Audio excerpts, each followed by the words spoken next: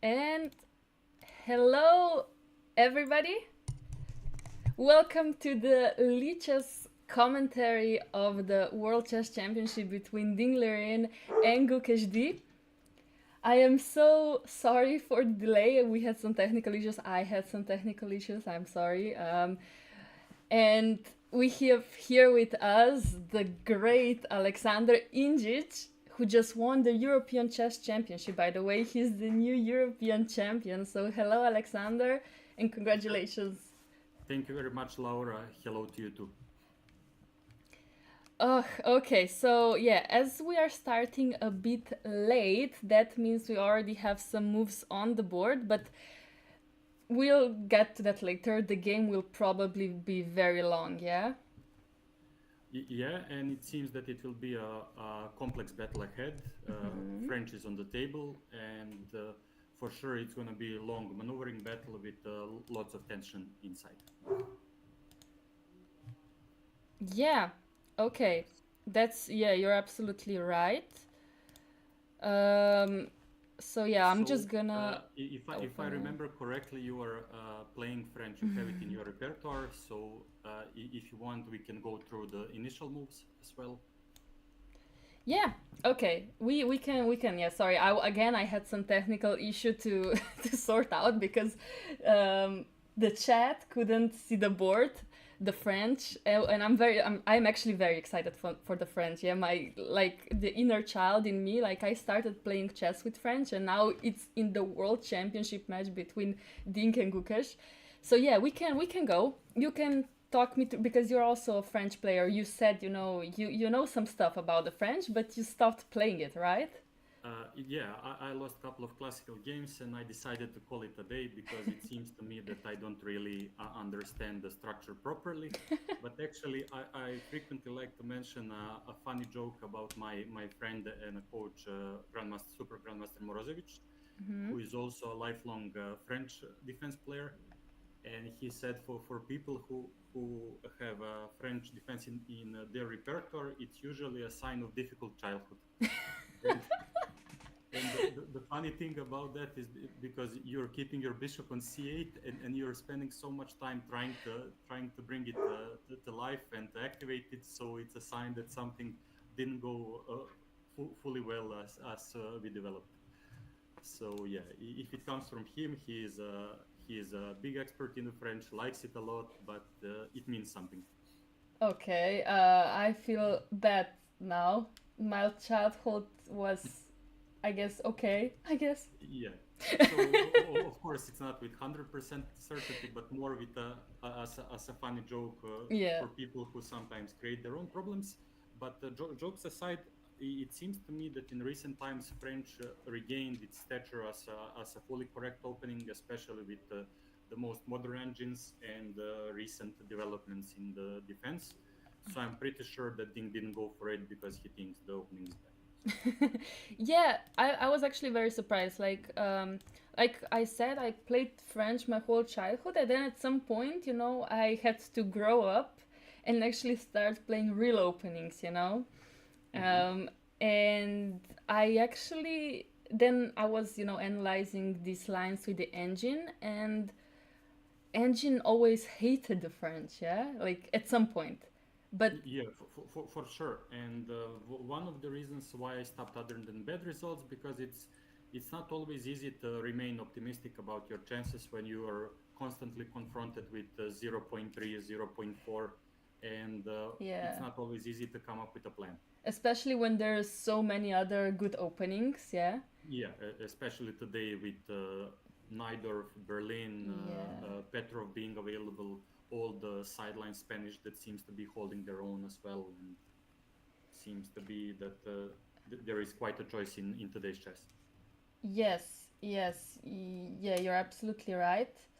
So that's why, okay, I don't know if that's correct, but is Dink already thinking on the move c3 and thinking quite a long time? Yeah, look at the clocks. Yeah, the way I see it, maybe he tries to sort of remember his prep, but I would be highly surprised if this is where his preparation ends.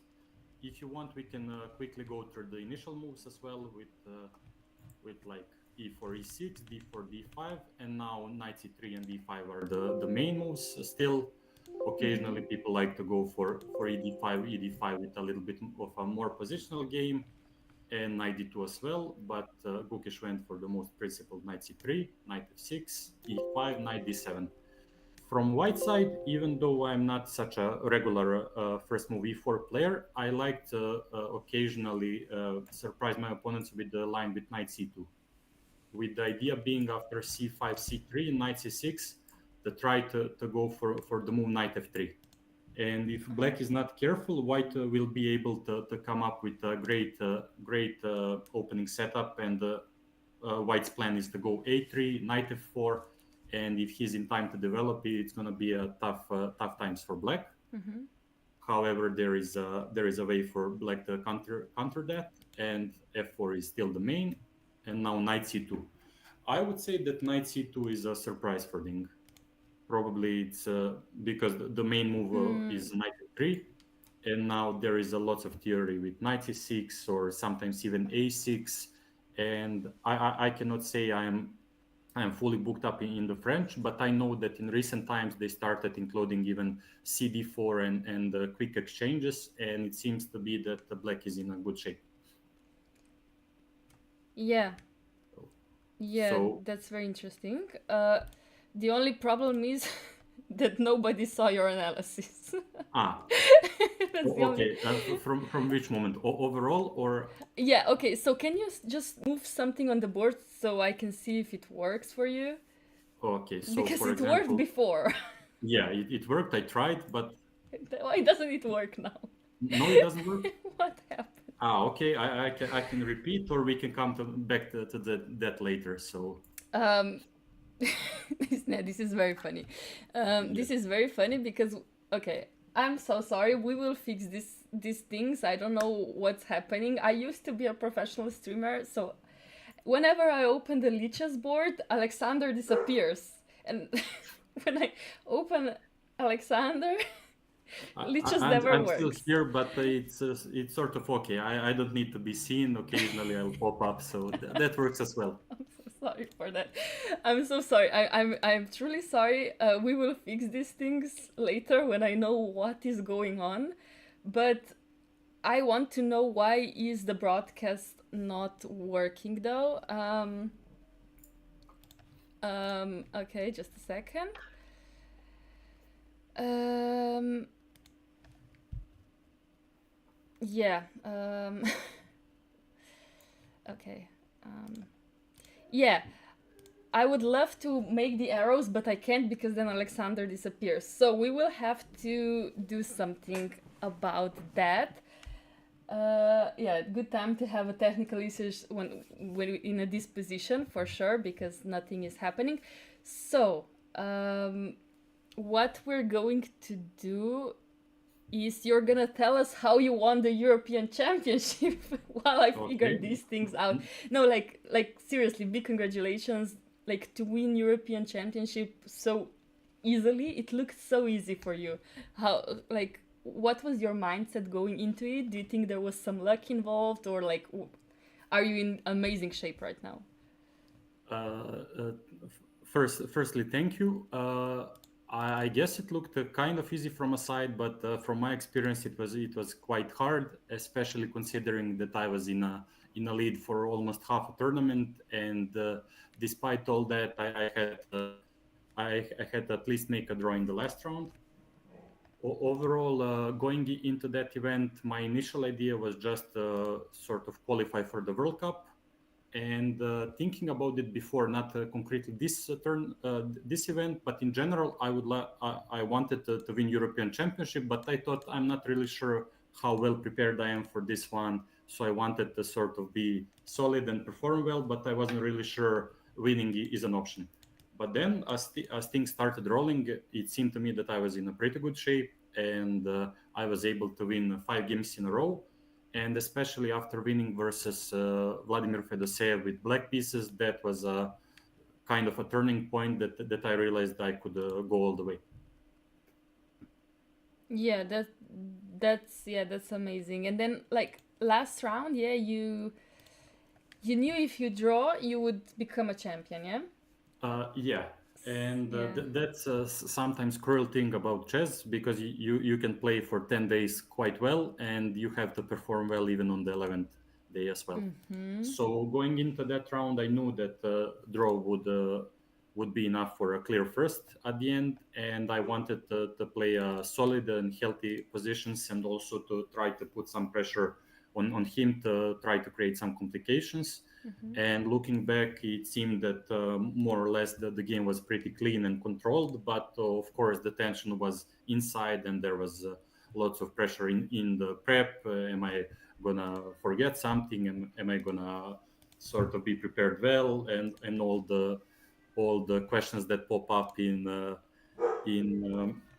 in sort of critical situations. Yeah, no, yeah, that's the pressure was probably very high, and like it's amazing that you managed to keep your cool and like just managed to draw that game, and like, what were your emotions when you knew it was draw? Yeah.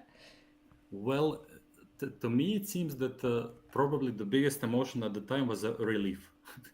Because for like 5 or 6 days, I was in the lead, and I always thought, okay, this could be the day that things could potentially go wrong. There are no real reason for it, but anyways, I was sort of I was wanted to control the position till the end, but also I was ecstatic, and there was euphoria for a while as well. So in general, lots of nice emotions, and I received lots of nice words from friends, from family, congratulations.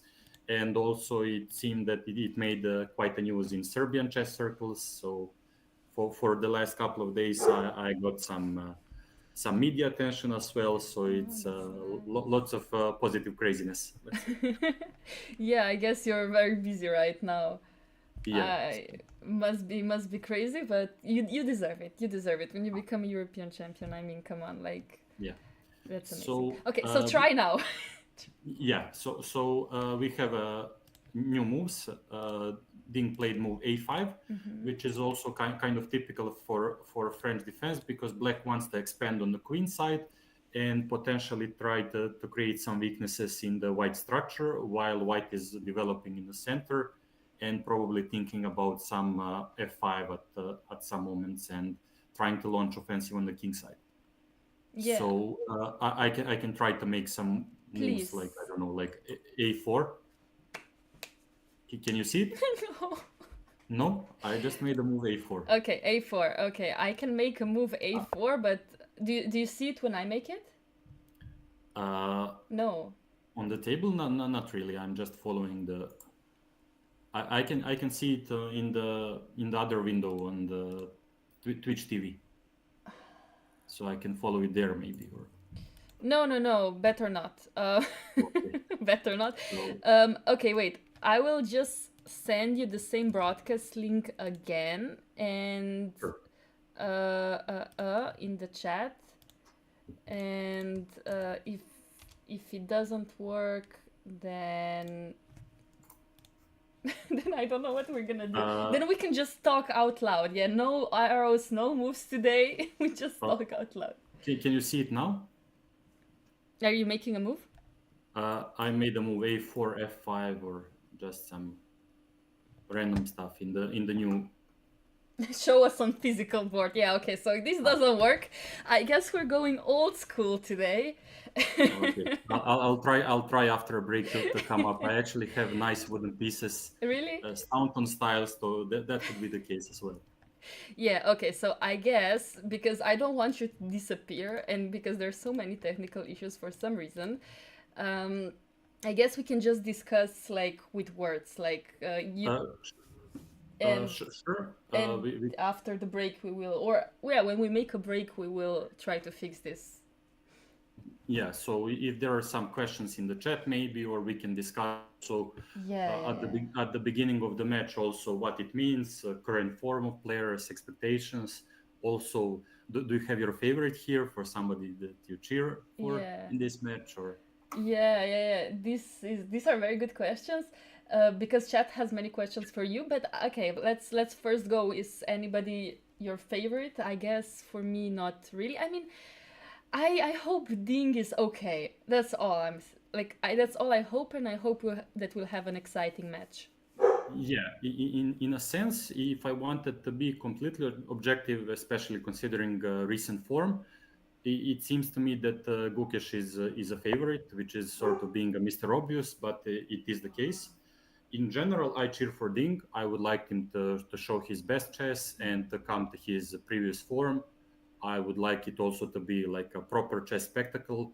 And also, I think it's important to mention that this is not only a match between them, but also it seemed like a first clash of its kind between China and India, two chess superpowers. Even though India is now in a clean lead, especially considering how many players are playing, but also I think China is still a chess superpower. Yeah, I absolutely agree. Like, and Gukesh is so young as well. Do you think he's a Yeah, bit too young to become a world champion? but also the impressive thing, not only that he's so young, but it seems to me that he's so universal and calm for his age, like very stable, and in general quite great senses for strategic positions and for positional plays. So he is sort of mature beyond his age for sure. Yeah. And okay, somebody has a question in the chat. Do you think e4 is a bigger surprise, or is e6 or spawn a bigger surprise? Because Gukesh, is he usually an e4 player? Not really, right? Well, yeah, he occasionally, if I remember, he occasionally plays, but I would say for me, French is a little bit of a bigger surprise, because I was hoping, especially in the first games, maybe something solid, or if you want to go for a full battle, maybe to go Sicilian. But this is sort of somewhere in between. But I guess that he is surprised at least a little bit. For sure, they covered like all the territory in e4, but I doubt that they had French as their main choice when they were preparing. And also, if I remember, that's kind of interesting, because Ding, I think he used in his match versus Nepo French, if I remember correctly. There Yeah. was a game with knight d2, c5, some fighting game as well. So that could be also interesting. Yeah, and we have a very exciting move on the board. What is g4? Yeah, sort of. They're ignoring each other's plans so far. Everybody is doing what they want. And as I mentioned, I think that the battle now becomes quite intense, and they want to start attacking each other. I'm not sure if Ding wants to include a3 at this moment, or maybe to try to go for moves like knight b6, knight c4, and to try to activate his pieces that way. But on the Gukesh side, it's a little bit more straightforward what he wants. He wants to continue his initiative on the king side, plays for f5, and slowly try to sneak upon black's king. Yeah, that is very interesting. And okay, can we just mention the times once again? Like, Ding has already spent like, okay, if I'm right, time control is 2 hours. Yeah, for Yeah, 14. Yeah, and after move 40, yeah, if I recall, that there is some extra time, yeah, so it will be a long day for both guys. yeah. And for us, Why not? especially if we don't sort out these technical issues. But Yeah. I'm sure we will do it after the break. There's an increment every. Is there an increment every move they make? They get 30 seconds, or it's their For, for delay? that, for that, I'm not sure. I think there is after move 40, but if I remember, it's only 2 hours, no extra half minute per move. But I'm not really sure. Yeah. But also a question for you as a French player: Do you like when people go all in as Gukesh went in this game, or do you prefer when go for more positional lines, let's say knight d2 or something else? Yeah, I think I hate it when they go all positional on me, and then I'm just stuck with the bad position. Because Uh-huh. here they're making weaknesses. Of course, g4 is very extraordinary move, but potentially like h4 is a weakness. Like already I'm looking at this bishop h4 happening, not maybe Hmm. now, but why Yeah, not? Yeah, as it's a an move. idea. But in general, one thing that seems important is that, of course, White is playing principled, and it seems very strong. But one thing to have in mind is that White is also overextending his position. So as you mentioned, there will be a possibility for Black to counterattack and to come up with ideas of his own. So now we can think also about possibilities. H5 is frequently what Black does in similar positions. If I remember, there was some similar game played by, I think, Vachier Lagrave versus Najdic in some of the Grenke Super tournaments. And it reminds me a little bit of this. And I recall, because at first I thought, okay, White has the upper hand. He has a clear attack. But if I remember, actually, Najdic won that game, and it wasn't as straightforward as it looked to me. Okay. And also, sorry, No, go ahead. just continue. No, I think I have good news that you will be able to make moves and arrows. Just I want you to try it. So you go to the broadcast, and on the left side you have this X and rec button. Not on the left side, but like beneath the board. When I enter the board, No, there's like below Gukesh, the okay. There is rec. yes, and you have to have like a like the green arrow. Like you just click it. You click it, the button. Okay. And now try to make moves. Like it has to be Well, green and does it work? Knight b6. Knight b6. I see it. I see it. Yes. Yes, it works. Voila, it works. Brilliant. Okay. Oof. I Okay, feel we're back then. okay. Okay. Okay, sorry. Yeah, okay, now you can make moves, you can tell your stories and make the arrows. I trust you will make some good ideas, and I will just here listen and I will speak. Yeah, I will not open the Lichess. So it's up to you now. I mean, you are a grandmaster, so I guess that's fair. I mean, in general, before this, I consider myself more of a Robin character, the Batman, but I don't mind anyway. So No, I think your insights are great, especially now you're in this incredible shape. So I will just ask you questions, and I guess you will. sure. So also we can sort of talk about many different things. If the chat has some questions, if some interesting ideas appear, we can make this I mean, sort of like chat already asked you very interesting question, like how tall are you? That's what they're interested in. That's what okay. they're Thanks for the question. In Well, in Europe, we usually use meters and centimeters. In that metric, I am around 2 meters tall, a little bit more, like Oh, wow. 2.02 or something like that. But I think in US metric, it's like 6'7", Wow, yeah, very tall. something like that. You might be Yeah, the tallest grandmaster in chess, right? yeah. Actually, I think I am. There are a couple of tall guys, but it seemed to me that I'm still the tallest. And I mean, Wow. idea is sort of to be among the best, but I'll take this for now. So Yeah, why not? Why not? yeah. Okay. Okay. Yeah, So now it's getting interesting. He is for sure thinking about the move. Now it's quite unclear to me if he is trying to recall his prep or he's on his own, because knight c2 was probably a little bit of a counter surprise. So now I guess we are all curious what's going to happen. Knight b6 was just my yeah. freestyle. It's not. It's not a real move. Okay. Yeah. Okay. So yeah, let's discuss this g4 idea and what does black do now actually. So at first, there are a couple of possibilities. I guess one thing that comes to mind is move h5. I don't know how good it is, but to me it seems quite natural, because with the move h5, you are provoking white a little bit, because if he goes for g5, then you're able just to shut down the flank, and probably then you can start the action on the queen side unopposed. So for that reason, usual reaction from white side tends to be like gh5. And then, for example, if black takes, it seemed to me that usually white goes for something along the lines of knight g3, and if we go back, let's say f5.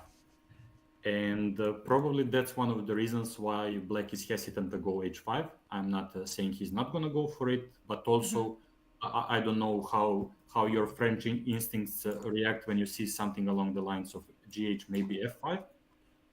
And now it's to me it looks also reasonable. I'm not really sure it's good or not, but the idea behind is that we want either, if he takes some passant, to create some counter weaknesses in the white's camp, and if he goes some other moves, like let's say rook g1 or something else, we are trying to just Yeah. rook g1. I don't know if some strange looking moves like let's say even just trying to defend pawn some way, or maybe to include a check, or I'm not really sure this fully works. But the idea is that what I want to what I want to offer is like idea is that we want to stop white's activity if possible, Okay. and I'm looking at certain ways trying to come up something that looks kind of natural. So that's one of the idea that could be interesting. Another is maybe to try to fight in the center, but f6 is usually in this position, I guess, is not the right way, because f5 is coming quickly. I'm not sure how strong is in this variation, but it's always a option, and black needs to be careful. But maybe inclusion of cd4 comes to mind, or to go for something along the lines of knight b6, because knight b6 is a little bit more of a, let's say you're still being you're still being a little bit unassuming with how you want to sort of uh, how you want to play in the future, because you also keep this usual option of going something along the lines of c4 and then maybe a3, and then maybe even to go with the king to the queen side where it's the safest. And there are lots of typical French ideas that could be implemented. So for that reason, if I was Ding, I would also consider this quite important and start thinking. Yeah, and I mean, somebody in the chat asked a very fair question. Like, Mhm. should we be worried that Ding has spent 40 minutes in first 10 moves? Before move 10, even. Yeah, a little bit for sure. I guess, because usually I doubt that he is the guy who knows his prep, but also tries to hide it in a way that he's pretending that he forgot, or maybe what could be the case that he recalls some of the analysis, but it was done and learned over the laptop, and now once you're at the board, it can be a little bit confusing from time to time. That usually, I don't know if you have the similar situation, but once you look certain analysis on the laptop, and then you are at the board, it seemed like it was easier and more natural, and everything was understandable in the room. But now that you're on the board, it's kind of you have different impressions about the position. Yeah, maybe. So basically, that happens when you don't play the position out too often, yeah? Or too Yeah, not so enough, yeah. maybe that could be the case, but I guess it's too easy to come with clear conclusions. So we are also curious what's going to happen. So Yeah, I mean, do you remember? I think it was in the candidates, or it was maybe last year's match against Nepomniachtchi, that Ding's Lichess training account has been found, yeah? uh-huh. Uh, Yeah, yeah, and that was the big bomb at the beginning of the match, yeah. because he played that rare idea move for move h3 versus the queen's gambit decline position, and then there was some other opening surprise, and it seemed to me that they had he and his team had some training games on Lichess, so that was quite an interesting fact. Yeah, okay. That was very bad for Ding. Also for his psychology. I feel like even before that, I think he was not very confident, but after that, I think Mhm. it's very hard. So I guess this year maybe he just stopped training for the positions and just Well, kept it safe. we never know, but one thing I would like to point out from a couple of interviews that he gave, to me, it seems that he is in a better space mentally this time around, Yeah. especially considering recent times, like some of his statements, and in general, to me, it seems that it's going to be quite an interesting match, and completely open battle, and I hope to see Ding in his previous shape. Yeah. I hope So so too that we will Uh, see the sorry better. to interrupt. We Yeah. have a move Queen A5, also one of the typical moves, even though I didn't mention it. But the idea is now that Black wants to take CD4, and now that White King is pinned, White cannot keep the structure in the best way for him, with taking CD and answer it with CD if he doesn't move his king. Mm-hmm. So now, one of the first ideas that comes to my mind is if King F2 is an option, but also immediately White has to to consider with the moves along the lines of a3 or cd4 and something along those lines, or I don't think it's good for him to go all in, because it seems to me that immediately he's making lots of weaknesses in his camp, and this is probably just destructive. So he's not really ready to go for something like f5, it seems, because immediately move like cd4 and probably his position is collapsing. So he has to make some preparation before he continues with his actions. Yeah. Yeah, queen a5 is also a very typical move in the French. Like, I must say, with I mean, okay, what And else will you do? I guess also you have to play on the queen side at this point. You cannot really castle king side, I yeah, would guess. so in that sense, you have to be a little bit sneaky and mysterious with your plans. So far, queen e5 looks natural and good. You are also kind of putting some pressure on the white side, because it seems that he has to come up with some decent solution. Usually, even though I'm not a natural e4 player, I am frequently hesitant to ruin my structure and allow it to be ruined. So I would seriously consider maybe moving away with the king, or try to not allow weakening of the structure. So probably moves like let's say dc5 that I see frequently versus Caro-Kann wouldn't enter my mind. Potentially maybe a3, even though looks a little bit anti-positional. But in my mind, it seems that maybe we cannot really have all the pluses in the position. So maybe it's a possibility to go something along the lines of this, even though it looks that black is in good shape. But I'm not really sure if they're still in the prep, if they started thinking on their own, or king f2 is the move. So that's actually quite a mystery for me, and I'm willingly admitting that these positions are not my bread and butter, but Yeah, yeah, we got you yeah. on a bad day. Basically, this is not. I mean, okay, I have to be honest. Like, usually when I'm preparing, I look at your games when you play the Benoni structures. I think you're Mhm. like you're really amazing in these kind of structures, and you also play them a lot with black. So that's like when I think of you, this is like, okay, these kind of structures, yeah. Mhm. Like Yeah. all of my games are by you, basically, in the database. Thank you for the compliment. And when it comes to Benoni, I humbly accept them. So I'm not going to shy away. So it's my You favorite can't, opening. yeah. I really enjoy playing it. And yeah. Yeah, okay, that makes sense. Yeah, it's your favorite opening. Yeah, I hate it. Yeah, so I try to, I try to But use the engine to yeah. stop you from winning. Yeah, but with But with for white. example, I dislike when people play it versus me, because I want to be on the black side, and sort of I have this thing that sometimes I cheer from the black side. I don't want to be the guy sort of who tries to ruin it. So it's not always an easy task. Oh yeah, I understand that. I understand that. Yeah, so this is, yeah, this is something completely different. I have to be honest. Okay, but finally Gukesh is thinking. So this is good for Dink. Hmm.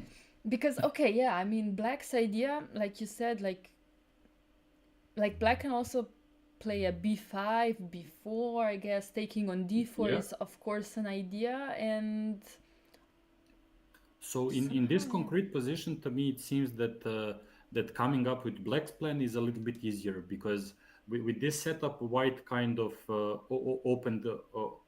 Open is pretty open about his plans. Like, I want to try to storm your king side, to expand there, and to go for your king's position if possible, with the moves f5, knight f4 after, let's say, king f2. But with black, he can mix it up. He can potentially go for like cd if weakening the structure is an option. Potentially h5, maybe knight b6, maybe now knight b6 and then c4 and try to shut down the queen side. So it's quite a mysterious what black wants, while white needs to be a little bit more straightforward, it seems. Yeah, uh, absolutely. Okay, so is this the live position? Okay, at this point, yeah, this is queen a5 is the live position. Yeah, I still have some issues like when you make moves, I sometimes don't see them. I don't know what's going on. Like I see I see your analysis, but they don't move. On the board. They don't move appear? on the board for some reason. Like I see, like yeah, your stuff there. Like So for example, now let's say some random moves like king f2, h5. Did it appear? No, it didn't appear. Like I see it, but it didn't appear. Like did you have the green correct button? Yeah, there next Yep. to okay. Next to the rec. Yeah, it worked before. What is going on? No, like it doesn't want to work today at all. Yeah.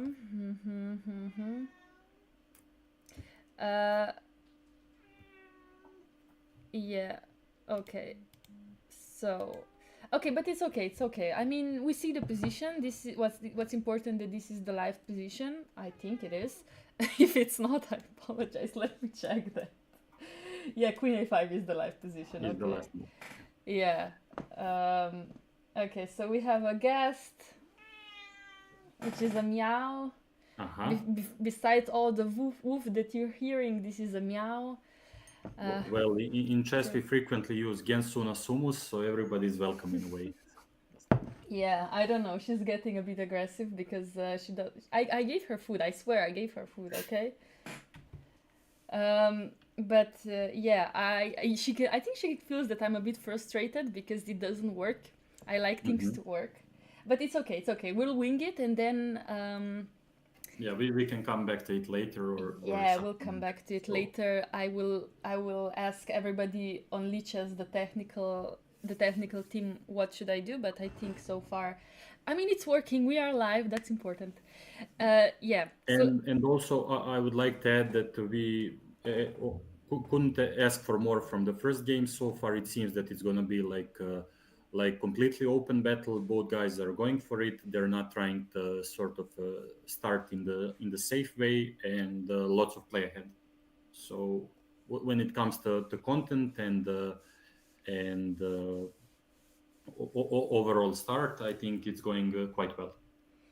Yeah, it's going well. And okay, I guess it's time to take our first break now, and we will try to fix the technical issues. So yeah, stay tuned. We'll be back in 5 to 10 minutes.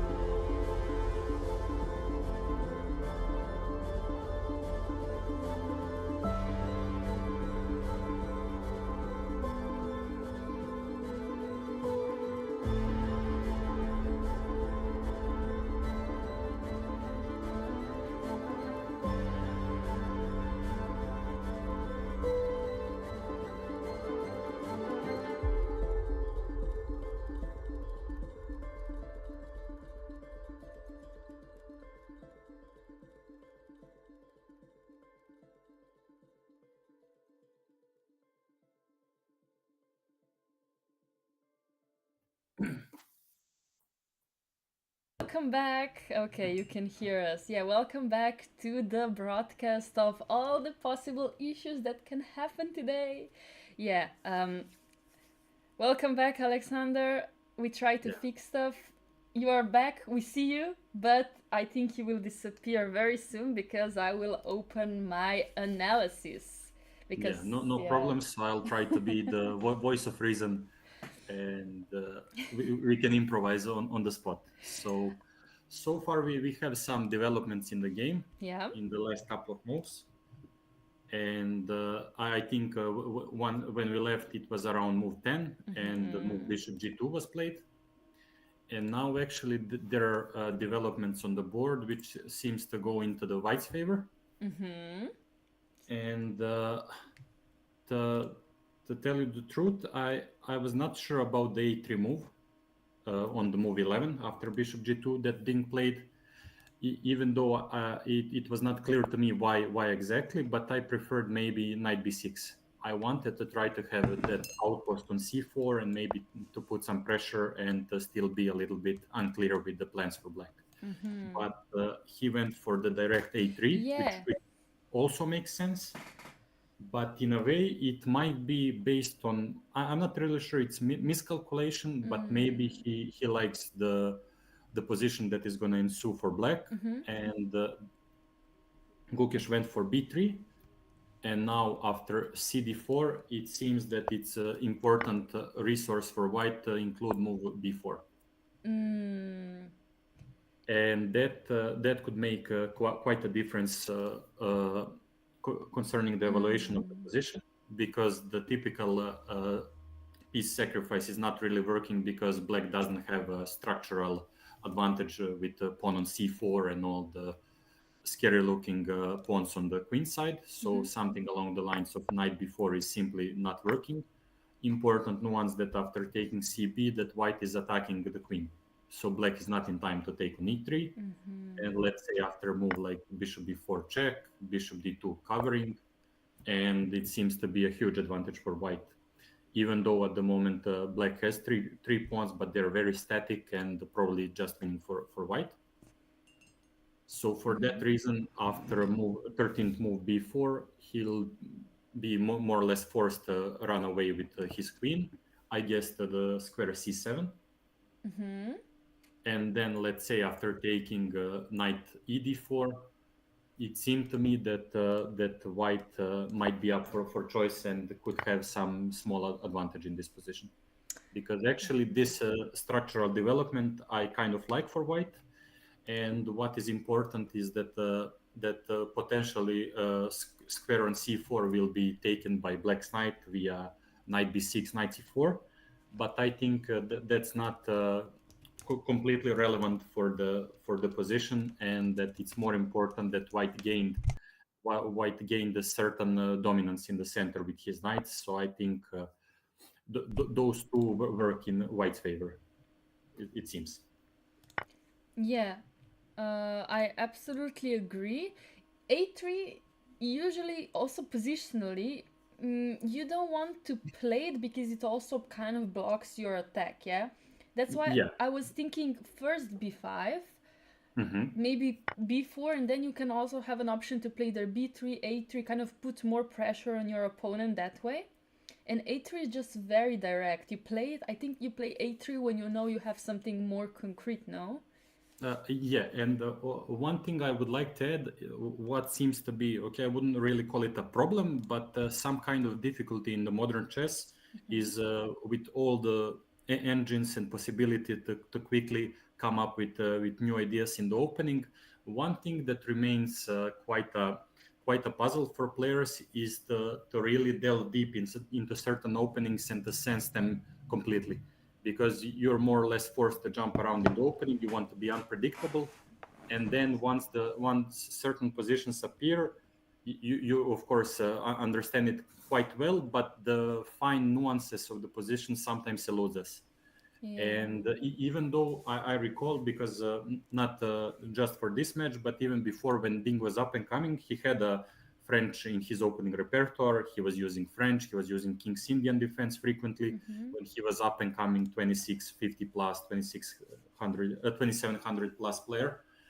But maybe he didn't play it for a while, or this is also quite a novel position for both sides, and they're improvising on the go, and we will see how development will go. Of course, it's not like he made some kind of a serious mistake, but more like nuanced, which could turn some kind of a small advantage towards white side.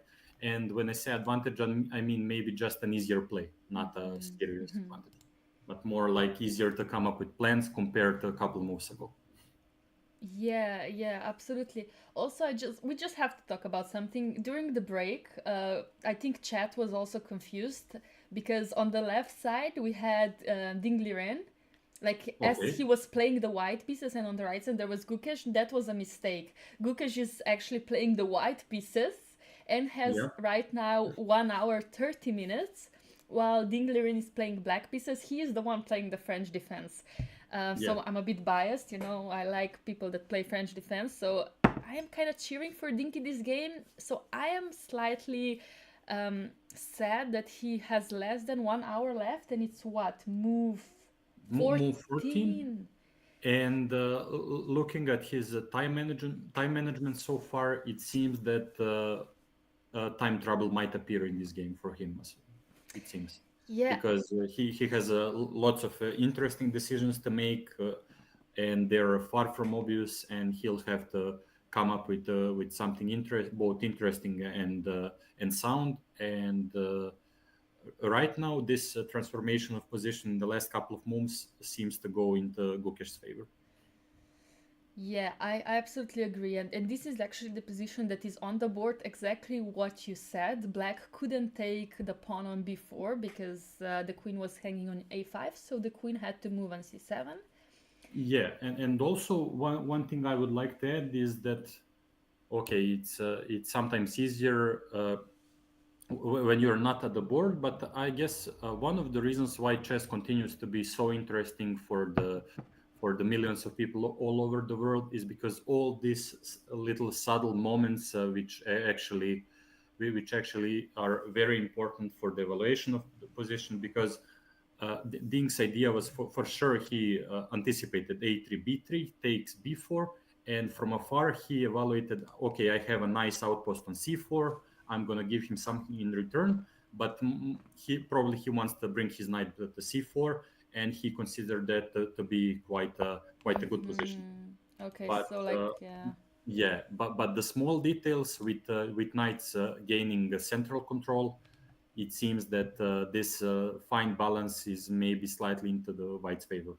But with all that being said, lots of players had nothing wrong went. It's more like of a small high level battle for control, and Yeah, which is ongoing. So it's absolutely. So actually, you suggested move knight b6. Actually, let's have it on the board. You can also try to move Mhm. if you want. Yeah, knight Yeah. b6.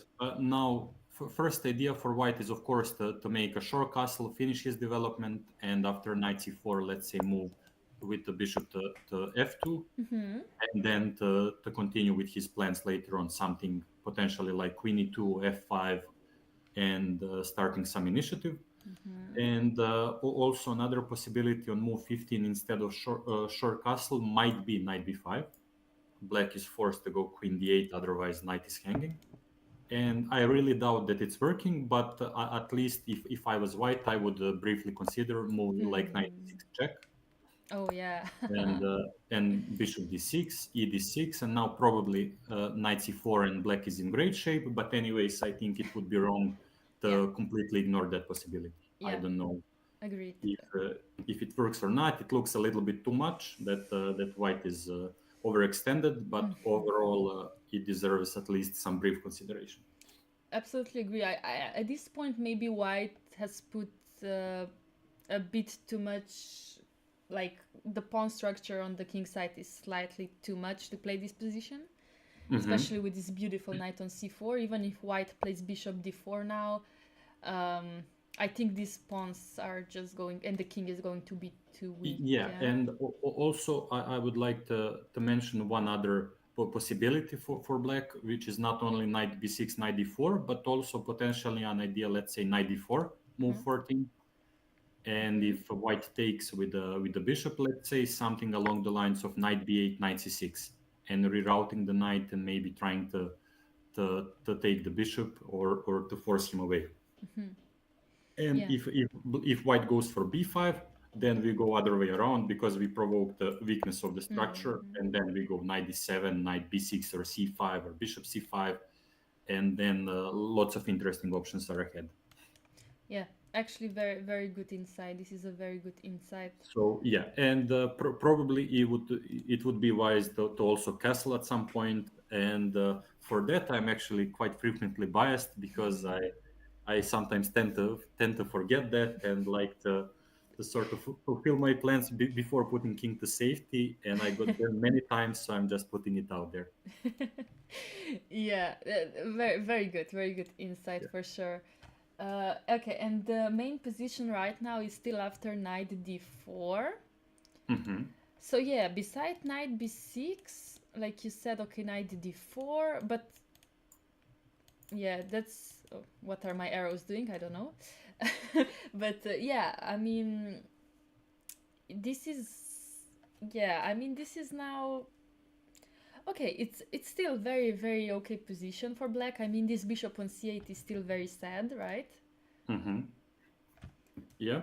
Uh, But we started from that guy being passive, and hopefully he will have a important role as the game develops. yeah, usually that's it. But sometimes, yeah, I mean, in this position, we will probably not be moving the b pawn to put the bishop on Hmm. a6. anytime soon, right? Especially because b5 can be played by white. Uh, yeah, that could be the option, but to me it feels that maybe after b6, b5 is not needed straight away, Yeah. because let's say if you make a castle, bishop a6 is still not I doubt it's a threat, because there is b5 then maybe, and potentially taking, and maybe that's useful for white, but I'm not sure. And also another thing, that let's say if we go move 14 b6, even if we go for, let's say, castles, bishop a6, I'm not really sure how. I mean, I understand that bishop is developed, but I'm not really sure how important it will be for future. Yeah. I don't know if he is sort of shooting the empty squares that we can, if we play white, that we can go around. So that's also kind of an interesting thing to ponder about. Yeah. And yeah, so definitely an idea, but I guess the position is quite concrete, so we would have to delve quite deep to understand all the nuances. Yeah. Yeah. And I guess one extra idea with the move b6 is potentially, if black is in time to go something, as you mentioned, bishop a6, and then maybe knight a7, to try to put a little bit of pressure on the c3 square, and then maybe some kind of exchange via knight b5, or I'm not really sure about that, but it's just coming to my mind at the moment. Yeah, it's an idea, but I just feel like it's a bit Yeah, but weird. but one thing that we should remember about this is that moving bishop from the passive c square actually weakens the e6 point, and that's always important to take into consideration, especially now that knight is on d4, and let's say if white castles, that's always an option, and it becomes quite concrete. So we should be quite careful with our actions right now. Okay, yeah. So again, Ding is probably slightly confused, slightly worried right now because of time. I mean, I wouldn't. Yeah. Oh, but okay. Yeah, he has 46 minutes. The time on our broadcast is actually wrong. He actually Ding already is down to 46 minutes, if I'm correct. Yeah, okay, so another thing to fix on our broadcast, besides all the gray screens that we're having right now. Yeah, but this is day one, and things are just started It's normal. developing, It's and everything is fine. in its initial stage, in the match, in the broadcast. So we ask for some patience. Yeah. Please, please. Yeah. I mean, your insights are good enough. We're just we're making jokes that you're John Cena of chess. So I Uh-huh. guess, um, I'm disappearing all the time. I'm not here. just not here. We just hear your voice. Yeah, we just hear your voice. And somebody in the chat says actually G in Grandmaster stands for Grey Master. Gray For Master. gray, because you're gray, when you Oh. disappear, you're gray. No, actually, if it was possible to see me on camera, it seems that I came prepared, because my T-shirt says Master on it. Oh, So I don't know, okay. that's So a it's little bit of a strange coincidence, but it seems I came prepared. oh yeah, you definitely did. Oh wow. Yeah. Okay, fun stuff going on. So I would like to see the board from Black's perspective, actually, um, because as a French player, Hmm. I don't know, I would just like to think as Black right now. I mean, I would just like to see the position with black pieces. Yes, somehow, yeah, knight d4 looks very interesting. After knight d4, did you say white would take with which piece? With a bishop? I guess with the bishop, I guess. queen looks a little bit overextended if he takes with the queen. If the knight takes, pawn on c3 is hanging at the very least. I don't know if it's good to take or not. Maybe some crazy lines after that work for white, even though I doubt it. I doubt it. But Yeah. to me, it seems that taking on d4 is not important only because you want to, let's say, activate your queen or something like that. But the main stuff to me seems to be that you're sort of lessening a white's potential for attacking you. because that knight is very strong in the future once the f5 comes, or maybe something like knight b5, and then you won't be able to sort of get rid away of one attacking piece. And for that reason, I think for sort of lessening the tension of black's position, knight d4 might come into consideration. I agree. Yeah, this looks like a move that Ding is probably considering. For sure, maybe castles first or knight d4 taking. I guess those are the couple of main options. Or as we mentioned, knight b6 and things of that nature. Immediately fighting for squares and not. In a way, even though castle here is quite natural, maybe it's a little bit too academic. Let's say a little bit too soft, because maybe position asks immediately to either do something a little bit more concrete, like either knight d4 or knight b6 or stuff like that. So I mean, even like you are a very tactical player, as I think as you play Benoni, I would guess so. Would you? Yeah. I try usually. To me, it always felt that I'm not straightforward, let's say, in tactics, but I mix it up with lots of strategy, even though I try to be active. So yeah, it can turn out quite unclear to me as well. So, but yeah. I mean, yeah, okay, you're right. It's very hard to be this kind of tall, like Michael Tal style player these days, because everybody knows how to play well when they have more pieces. So it's like sometimes it's very hard to make sacrifices, especially when you're playing. Yeah. Yeah, for sure. And I would say what sort of makes it really hard today is because the knowledge of the game improved quite a lot. Yeah. And I mean concretely theory, lots of great informations available for everybody.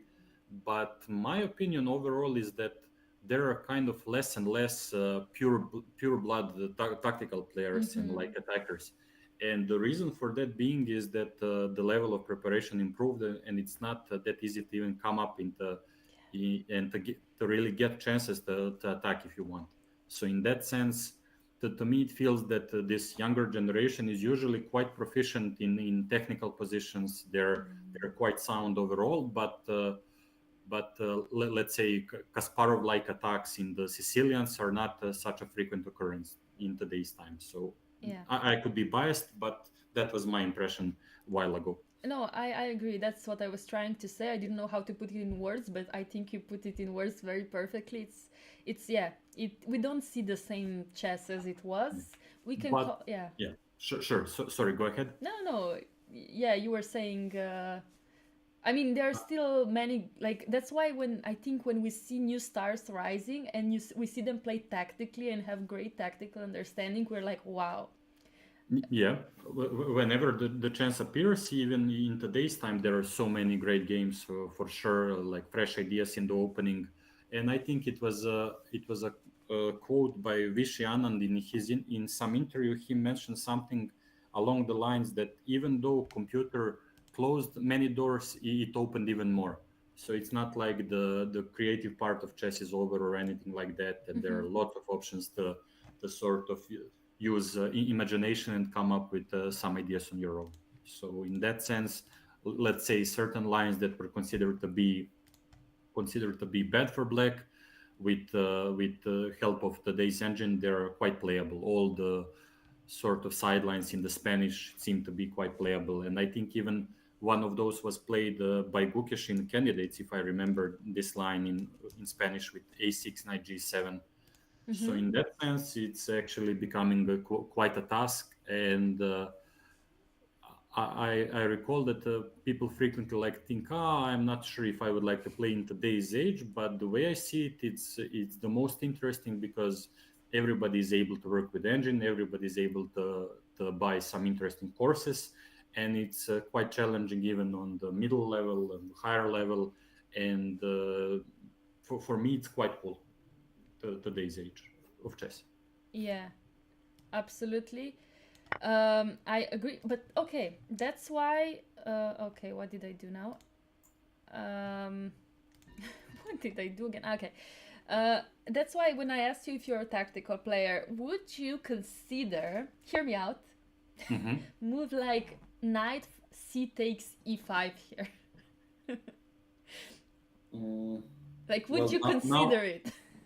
now that you mentioned, I am considering it, but at the time it didn't pop up to my mind. Okay, but which tactical move here would pop up in your mind? Besides. Well, well, if I was black, I doubt that tactics would be my main thing. I would Oh, I would be mostly worried how to sort of think a little bit prophylactically to stop potential action by white. So I guess I would consider moves like knight d4 or knight b6 first, because as I said, the way I see it, this knight on d4 is quite a danger in the future. So I would consider maybe taking it out and then trying to develop that way. Potentially, let's say, I don't know, knight d4, and if bishop d4, maybe knight b6, bishop d7, try to develop or think about castles or stuff like that. But now that you mentioned knight d5, it also deserves consideration. I'm not yay! sure. Yeah, go ahead. No, I was like happy that it deserves a consideration. Yeah, it doesn't work, I guess. Like, Yeah, takes queen c3 and just the, like. the, the thing is, I guess after f3, queen c3, just bishop d2, and probably will be Or forced to even go that, back yeah. with winning advantage for white, I Yeah, guess. yeah, yeah, If yeah. some crazy lines along the lines of bishop h4 on move 16 that don't work, Yeah, probably, and which probably they don't, but in general should be oh considered my as god. well. Yeah, yeah. And on move 15, taking knight 95 is probably just not enough. No, yeah. So in that sense, usually how I try to evaluate and come up with certain tactics, I don't only calculate move by move, but also try to sense the potential energy of the pieces in a way, how quickly they can get into the active squares, like how much firepower we have, how many pieces are left to attack, etc. Yeah, yeah. So, But we have to say, okay, now that we gave that a consideration, we can say that it doesn't work, and knight b6 is on the board by Ding on okay. move 14. Our broadcast, by the way, I'm just gonna tell you, doesn't work right now because they are fixing it. Mhm. Sure. So now we're putting in the moves manually, but knight b6 is on the board by Ding, and he has 39 minutes. It's move 14, he has 39 minutes. Oh my. Yeah, this seems that it's definitely gonna go towards time trouble for him so far. So he, I can only imagine, because it's funny, and we still didn't mention this is Gukesh's first game in his first World Championship match. So probably his emotions are running wild Oh at the yeah. beginning, and I guess so far he's enjoying the development of this game, and probably he found his let's say his zone, and now he's ready to play his best. Yeah, yeah, you're right. Like Gukesh, I mean, mentally, I don't know. Gukesh looks like he's ready for everything.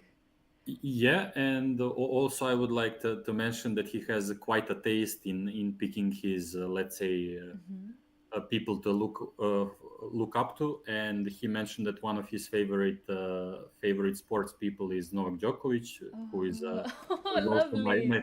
fellow Serbian, and also huge mental rock in a way. And Oh, he's great, yeah. probably he got inspired by that. And I think it's important to mention that he's still, I think, 18 years old and already playing his first match, which is amazing. It's insane. Imagine, yeah, you're 18 and you're playing for World Yeah. Championship title.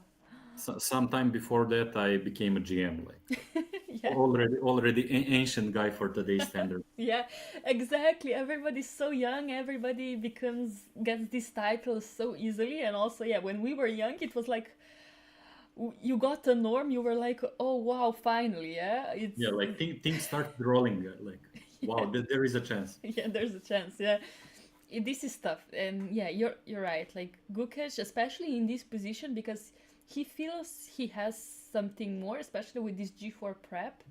And this A3 by Ding looked very not very, but slightly dubious. Hmm. And yeah, he must be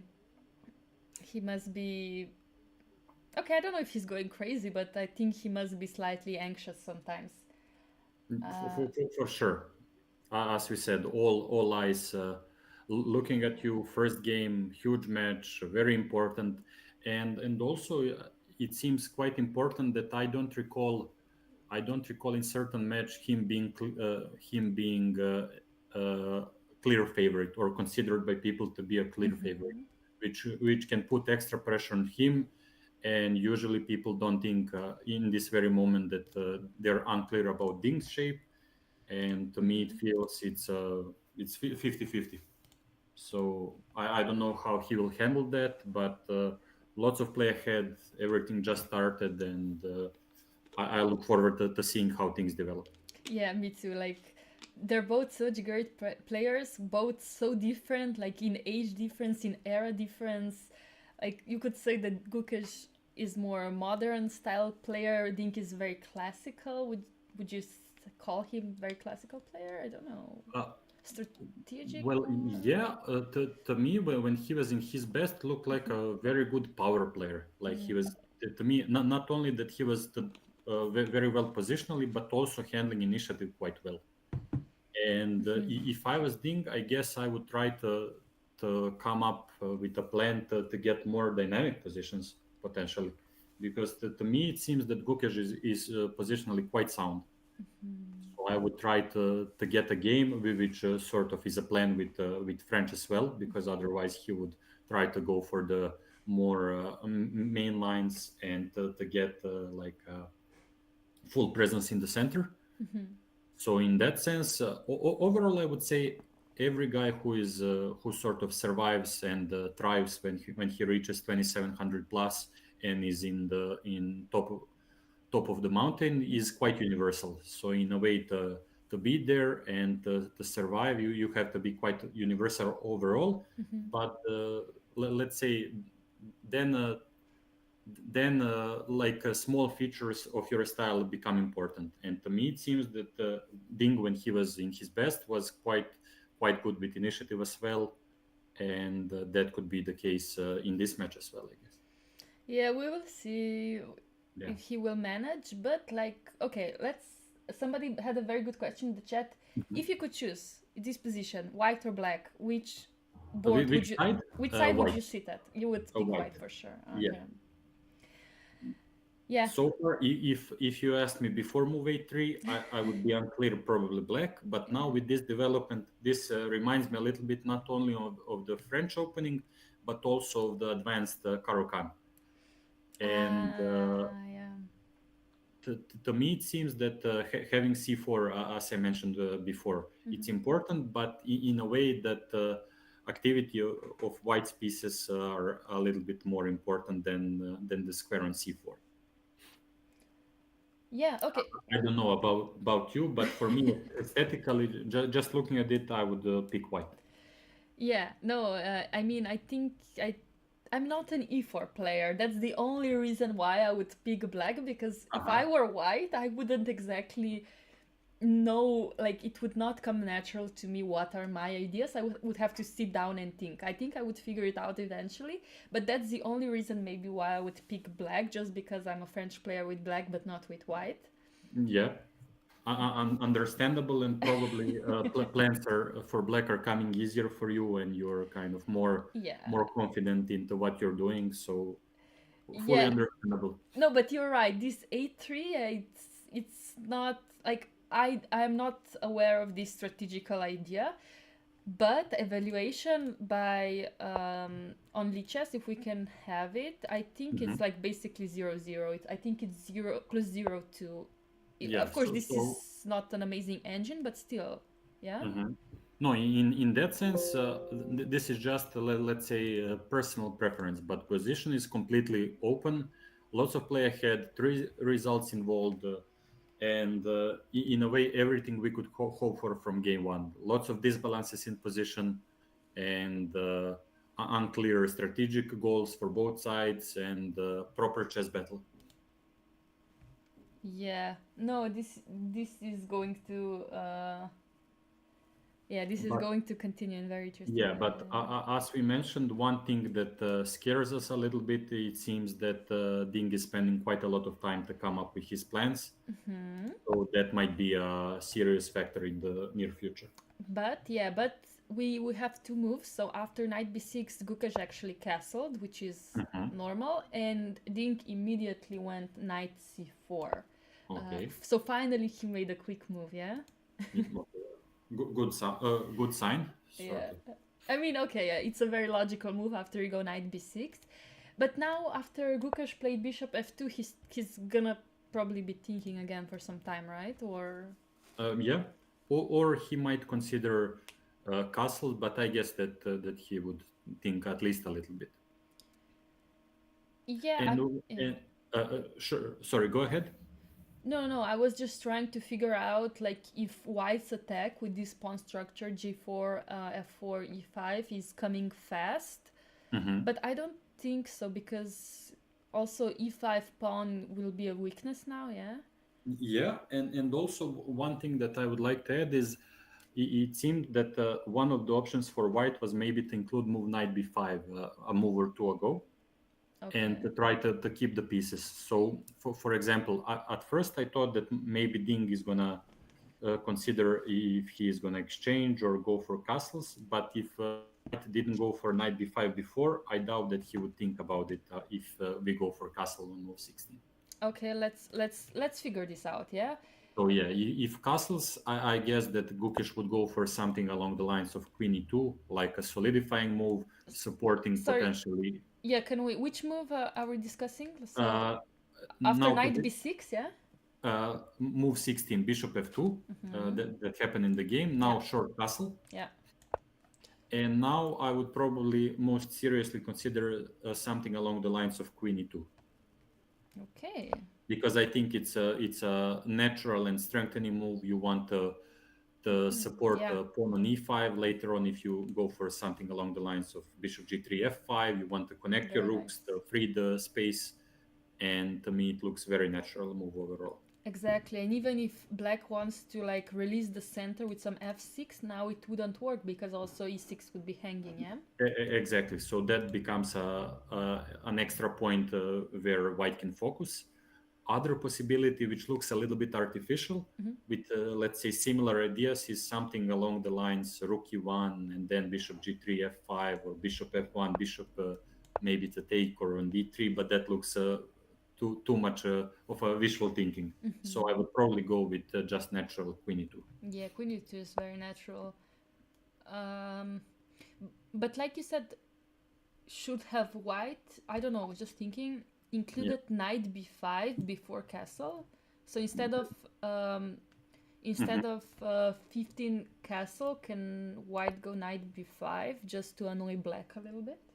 Yeah, that's actually interesting. And what seems to be the case, both moves are quite good. So I guess that the knight b5 decision depends more on taste.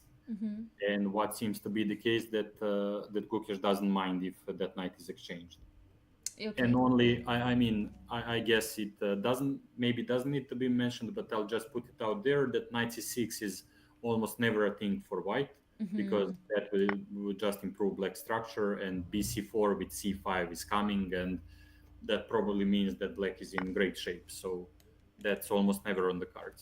Yeah, absolutely. Okay, but now we have few more moves. Dink has to play fast. So after bishop f2, Hmm. so Dink played bishop d7. He didn't castle. He didn't castle. He played bishop d7. Yes, he didn't castle. So on move 16, yeah, bishop f2, bishop d7 is on the board. Yeah, he doesn't dare to castle, yeah? Which actually might be a good decision, because now, as we mentioned before, he is being a little bit provocative with his plans, and Mm-hmm. that might be actually a good thing, because he is sort of keeping white guessing, Mm-hmm. and that's very important for development, because now to me it seems that Gukesh is probably going to think at least for 5 minutes, even though Queen e2 makes sense, this is sort of a high level strategic battle, and there are lots of possibilities on almost every move. Okay, somebody in the chat mentioned that mathematically, apparently, Ding has to make one move each 90 seconds. Yeah, which is actually amazing information, because that means that he cannot really spend so much time anymore. That's terrible, And no? yeah, and if I was white, I would try to come up with plans and moves which keep the tension in the position, and sort of make black a guess about what I want to do, and probably that would mean that I would try to avoid some unnecessary exchanges, and just try to keep him guessing. Okay, I have good news for you. You can refresh your Lichess broadcast page because they fixed it. Okay. And just refresh it and also click the rec button, and now we have the correct clocks. And okay, and I can type in the moves as well, or you can try. You can try. can you see it? Yeah, I can see it. Queen e2. Queen e2. Yeah, Queen e2. Brilliant. Great. So you are disappearing, but I can see it. okay. Yeah, it is what it is. I swear I will fix it, because in the next days we'll have many more guests, especially next to me there will be Felix Bluberger from Austria. You are our one-time guest, but of course I'm enjoying today so much. I hope you will join us maybe another day if you will have time. Of course, you are very busy with because of your achievement, of course. But also I will play in Singapore Open in 3 days. I'm traveling there, so if chance appears, I would like to go and see it live, maybe one day. Oh, that's amazing. Yeah. So if the chance appears, I will gladly take it. I'm not sure, because there are 9 rounds in 7 days, 2 double rounds, and I guess the games in the Open event are starting at similar time as the match. So that would be a challenge. But anyways, it would be quite cool if there is any opportunity to sense the atmosphere, and maybe to join you late, you and Felix later on, and to share some impressions as well. Oh, you can be like live reporter from there for us. we never know, but also maybe similar to now, without the camera, just the voice, or so. Just the voice. Yeah, you're taking the gray screen with you. By the way, have you ever been to any World Championship match live, or will this be like hopefully your first time? This would be the first one, actually. Then yeah, it's gonna be a memorable experience. Yeah. For sure, and I've never been to Singapore as well, and it seems that it's a great country, and I look forward to it. So okay, yeah, no, good luck in that tournament. I mean, Singapore must be great. I also never been, but playing chess there looks fun. Looks more fun than usual. It seems it's like a sort of a new future destination for top level chess, and it would be great if this movement continues, and they start organizing top events in the future as well. Yeah, I absolutely agree. But if we go back to the position,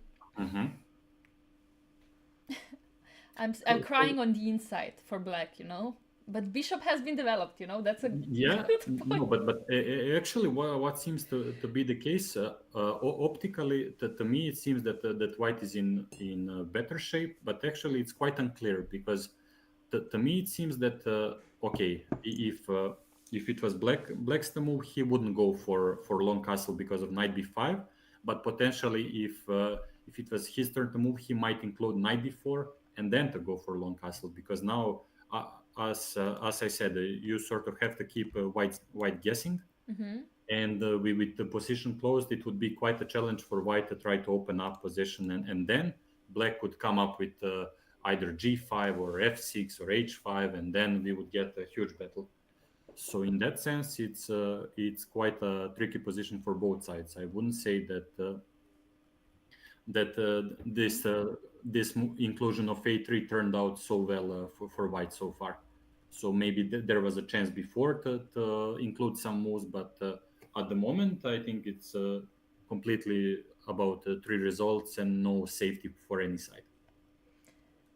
Yeah, I agree. And let's let them think while we take our second break and hopefully Okay, fix at least something again, but we'll see. So good. yeah, we'll be back very soon. Gonna get some coffee, some tea, and yeah, see you soon.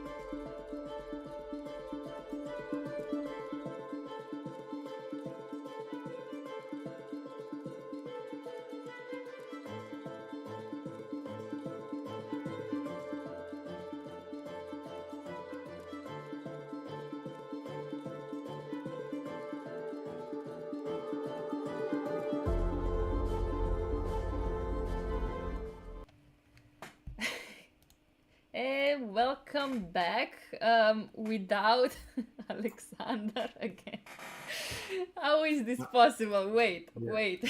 I'm like a Lord of the Rings character, Alexander the Grey, or something. I'm so sorry. This is so funny. Okay, here you are. I swear we will fix this. I tried to fix it again during the break. Doesn't work. I will have to Google some stuff when this stream is over, but it's okay. It's okay. You are here again. Just one thing I would like to say again during the break, we didn't fix the issue. Ding is actually playing the black pieces and Gukash is playing the white. So I apologize for that inconvenience. I swear as the days go by we will have everything figured out, but so far this is this is what we have. Yeah, somebody said new shade for Alexander because now you were black, now you were not gray, you were just black. So Shape shifting all the time, but the game remains cool. So please bear with us this time. And ugh, yeah, oh my god.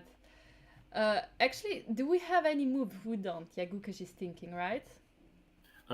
sorry, could you repeat? Do we have? If do we have any new moves, or is Gukash still thinking? Yeah, he's still thinking, and actually, I think he recognized the proper moment to delve deeper, because now the games started being quite complicated, because lots of strategic decisions in this position have, let's say, far-reaching consequences. Because should you keep the piece and go for knight b5? Should you connect your rooks and go queen e2?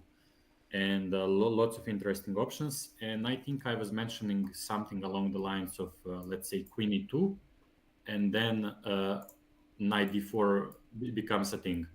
And if I don't know if you can see my moves or not. So Wait, no, sorry, you said knight d4? No, where? yeah, on move 17, Yeah. if he goes for queen e2, Queen e2, yeah. then I think black can seriously consider going for knight d4. And then let's say if bishop d4, something along the lines of long castle becomes a thing, or maybe h5 first to try to weaken the kingside structure if possible. And actually, this is a completely open game. And now I would actually consider which side I prefer. So a couple moves ago, I'm Yeah. shifting in every way, like shifting the sides, shifting sort of just trying to be open-minded as possible today. No, that's very good. That's very good.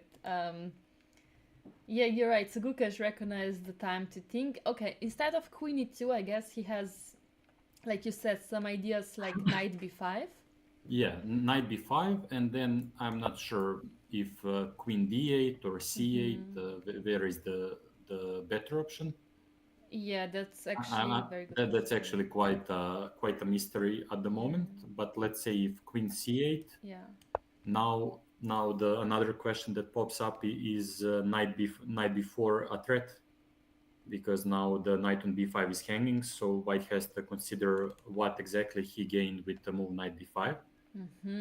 And now if he wants to go for something along the lines of knight fd4 to Yeah. connect the knights, but then again the question becomes, and probably why he's spending quite a lot of time, what exactly he gained with this. So with knight b5, you sort of ruin the position of black's queen a little bit, but now your knight on b5 might become a little bit more prone to attacks by black. And if you go knight d4, and then let's say if on move 18 he goes knight fd4, Yeah. and then you exchange knight d4, Yeah. white has to take with the knight. Yeah. Did this really go this sequence, did this really go into the white's favor, or maybe black is going to go for h5 or queen c7 back with the idea long castle, and sort of lots of tricky questions ahead, and nuanced decisions for both sides. So Yeah. This is now an interesting game, yeah, especially because white's king is kind of open and the attack is not going to be very strong, I guess. yes, as we were saying before, black is being flexible with the plans, so it's not easy for white to sort of find a concrete way to figure out a plan, because Ding is still being unclear where he wants to put his king, or is it a king side, queen side, and that makes it harder for White to come up with a proper plan and how to try to come up with some idea for initiative. Fair point. Yeah, Yeah. and okay, I'm just gonna refresh the broadcast because yeah, the time is now correct. So Gukesh actually has 57 minutes now, Mm-hmm. which that means he's already getting close to Dink's time, but of course nothing grave. He's still like 20 minutes up. Yeah, anyway, for sure he's aware that position is quite unclear, and this could also be the sign that his next moves and which plan he could choose is also a little bit of a mystery for him, because if I think we mentioned that he plays more or less everything, but it seems that closed games are his natural repertoire, if I remember. Mm-hmm. Yeah. So maybe that could be a factor as well. But anyways, lots of hidden nuances in the position, and Very. lot of things to think about. Have you ever played either Dink or Gukesh? I played Ding only once, but that was a long time ago, and it was when he was streaming. So I just challenged him as a random John Doe. And Gukesh, I played two over the board games and one World Blitz game. And in the OTB chess, it's one draw and one loss. He won one game when he was up and coming around 2600 in European Club Cup. Mm. And later on, it was a draw. And World Blitz also a couple years ago that I lost. So I was able to sense that there is a big boy against me, and hopefully there will be chance in the future as well. Yeah. What about you? Did you meet any of those guys? I actually played Gukesh twice. Oh, really? Nice. Once he was, I don't know, I think he was 14. But already a GM, I guess. Already a Already a GM. seasoned veteran. Yeah, already a GM. I think he was 14 or something. Yeah, because he was, I when I played him, we were actually discussing with my friends. Everybody was talking about Pragdananda, was talking about Nihal, Hmm.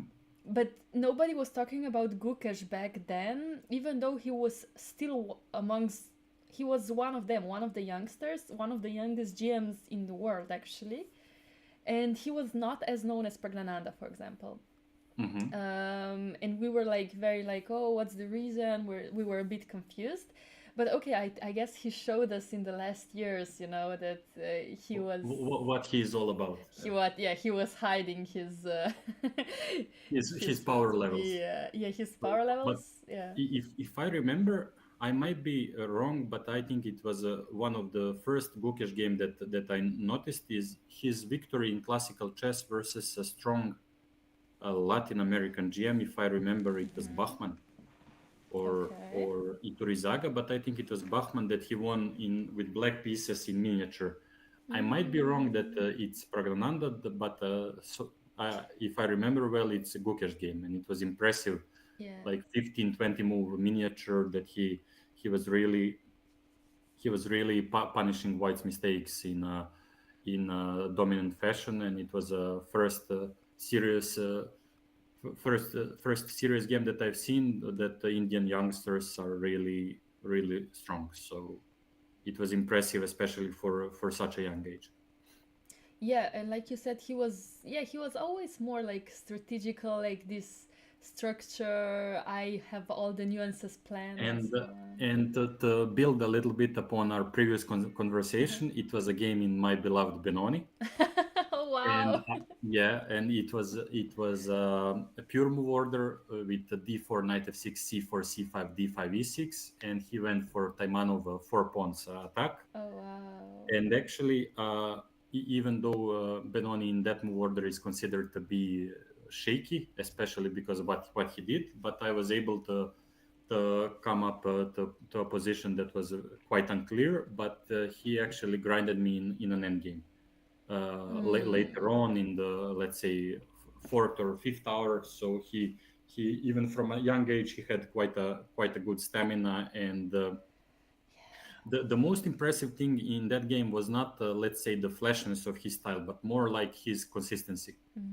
And it seemed to me that this is one of his best sides, that he's rarely making huge mistakes, but he's quite consistent with his plans, and he's quite energetic, and So calm and that's collected, yeah, all the time. yeah, and that's probably one of the toughest things to face when you're playing him over the board. Yeah. Also, yeah, when I played him, he was so like for a youngster, you know, usually youngsters are very all over the place, ambitious, also walking around, like Hmm.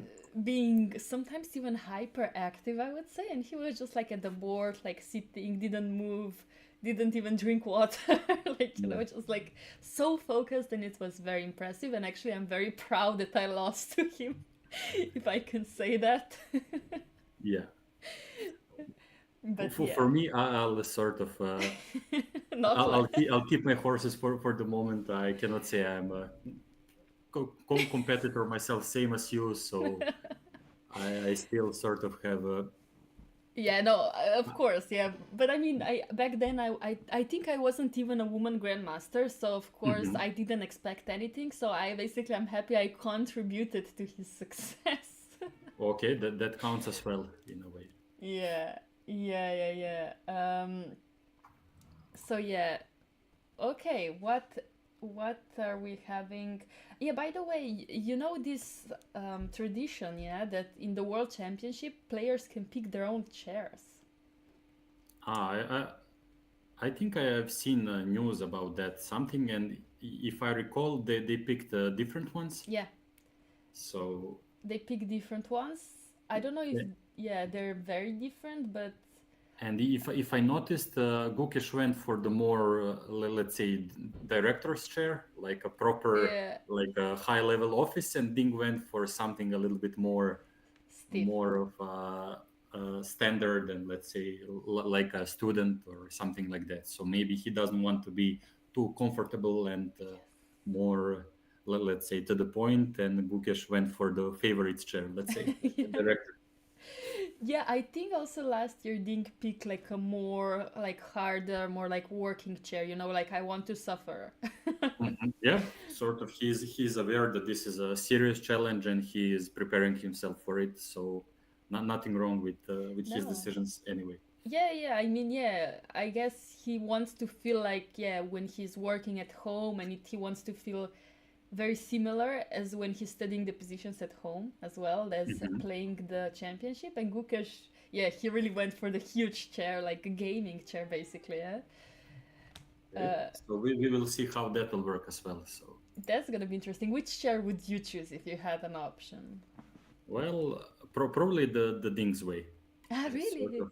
Yeah, I would probably go for that because I guess in the majority of events that I'm playing, it's usually a little bit of more okay, I'm not going to say the other one is uncomfortable, but I would be more comfortable playing in the normal one, because usually when I'm competing in tournaments, I cannot say that I fully prefer, but usually I go without any extra support, because for me Mm-hmm. the competition is something that I usually try to focus quite a lot on, and don't like an extra attention. And I feel it's most of the time better when I don't have like a safety net, if that's family or something like that, and I'm aware that it's serious business, let's say.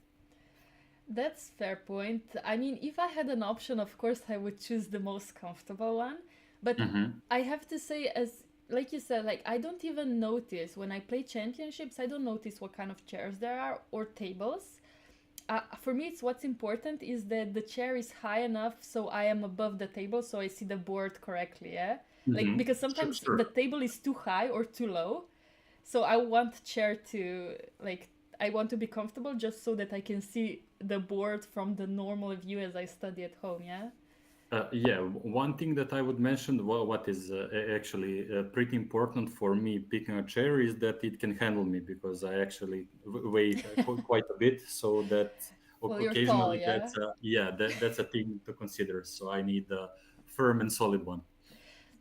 Yeah, fair point, fair point. Yeah, you know what came in mind? You know, during the World Rapid and Blitz, somebody fell out of chair. Yeah, this shouldn't happen. Yeah. Yeah, and it actually made huge news, I think, all over Twitter/X, and It it was was amazing. quite fun how dangerous chess can be, and people were making some jokes as well.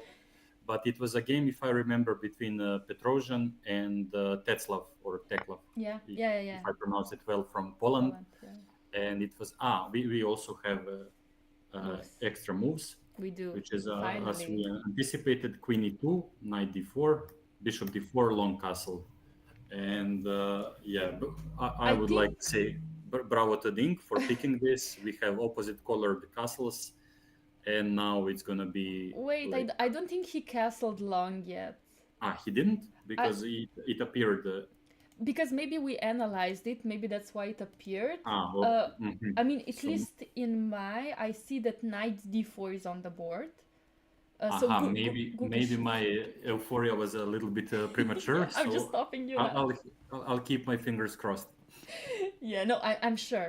I mean, I guess the question is how does black cap? Oh, sorry, how does white capture on d4 first? Like, Hmm. do we have to take with the knight? Do we have to take? The way I see it, he's gonna go for the bishop d4, because I think it's important to solidify your Uh-huh. e5 and c3 structure. Because if you take with the knight, you're becoming more weak in the center, and the g5 becomes an idea quickly, and pawn on e5 might become a target for black quite quickly. Okay, that's very adorable. Of So course, not now, but of course, G5 is very cute yeah, because, I'm not sure it's yeah. at the moment, but in general, you have to think, and also the question that comes to mind is Mm-hmm. what is the future of the knight on d4? Because Mm. now all of a sudden this bishop on d7 has quite an important role. Oh, yeah. It protects the pawn on e6. It also prevents knight b5, and it's not easy to connect White's future ideas with the knight on d4. How to come up with something sensible is not quite easy for me at the moment. Yeah, So absolutely. So Bishop d4 probably, will be on the board, yeah. I guess bishop d4 moves like cd4 are probably just a free pawn after bishop b4. Yeah, But in general, even if not taking, yeah. it's quite a dubious strategic decision. Both bishop e5 is possible, long castle, and I'm Oh, pretty yes. sure bishop d4 will come to and be at the Eventually, board yeah. soon. I agree. This is taking with the pawn just seems wrong. Yeah, just for lots of reasons. Both castling long, pawn is hanging, so I'm pretty sure bishop d4 is the one. Yeah, but still, he's thinking, yeah. Hmm. He's thinking, and now actually he has 45 minutes, and Ding has 35, so only 10-minute difference. So that means also pressure is getting to Gukesh, I guess. Yeah, and now it might be the case that both guys will enter into the time trouble, and considering how complex position is, it's going to be quite a roller coaster. And I look forward to seeing opposite side Yeah. castles, and it's going to be a proper chess battle. And as I mentioned, we cannot expect more from, especially first game. Guys are warming up Yeah. immediately. Lots of interesting decisions immediately. Three results are on the table, and in hindsight, it seems that picking French was a good decision by Ding. Yeah, and can we talk about, like, of course there are individual players, but how important it is to have good seconds, yeah, in this case, yeah? Hmm. Like you said, we kind of know who Ding seconds are, right? Well, yes and no. In the previous one, I don't recall anybody other than Richard Rapport, who was seconding him. I forgot. Probably there were some extra names, but in Uh, general, I am not sure if that is confirmed. But some of my friends mentioned they've seen Rapport in some photos. I don't know if it's from this match or previous one, but that's what I heard.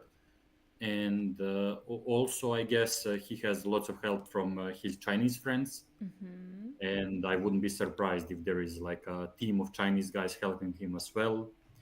So I guess that could be his team. And for Gukesh, is is pretty much unclear, I guess, other than Gajewski, who is his long-term second and the coach or second, however you want to put it. And other than that, I guess it's a little bit more of a mystery who could be in his team. So I don't know if you have any ideas, some secret knowledge or something like that. But yeah. Yeah, so like Rapport, yeah, I think we can see in Ding's repertoire how much Rapport's openings have come through, yeah? Yeah, could be that he is a huge influence on him. So far it seems that that could be the case because he's playing French, and if I remember, Rapport has both French and Carocans and many other things, but French seems to be his one of his main openings. Yeah, yeah, I agree. And I think Rapport's openings are amazing. Like all these like he takes the classical openings and makes them crazy, yeah?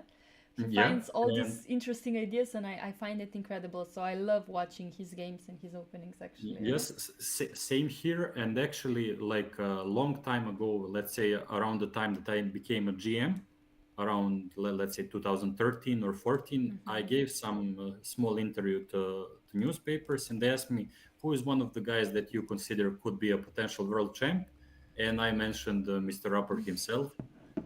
So and at the time I think he was low 2600s. He was up and coming, and he was started storming through the chess world, and I sense that he is a extremely strong player. And to me it seems maybe he didn't even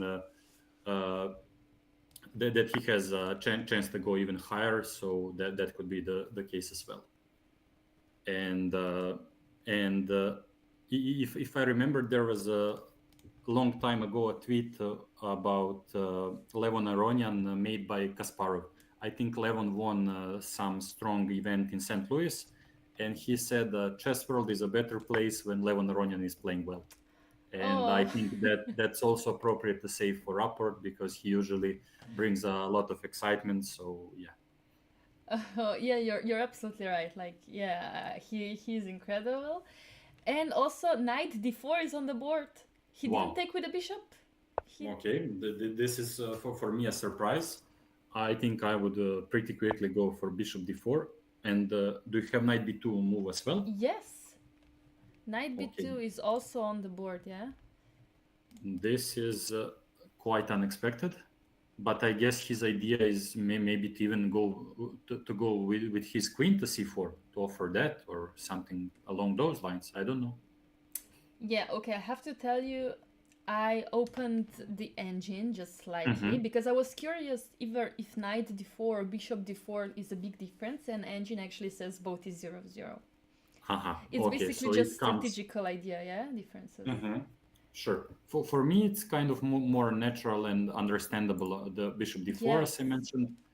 But yeah, what he did seems to be correct as well. So that comes back to taste, style, and sort of what you want to see at the board.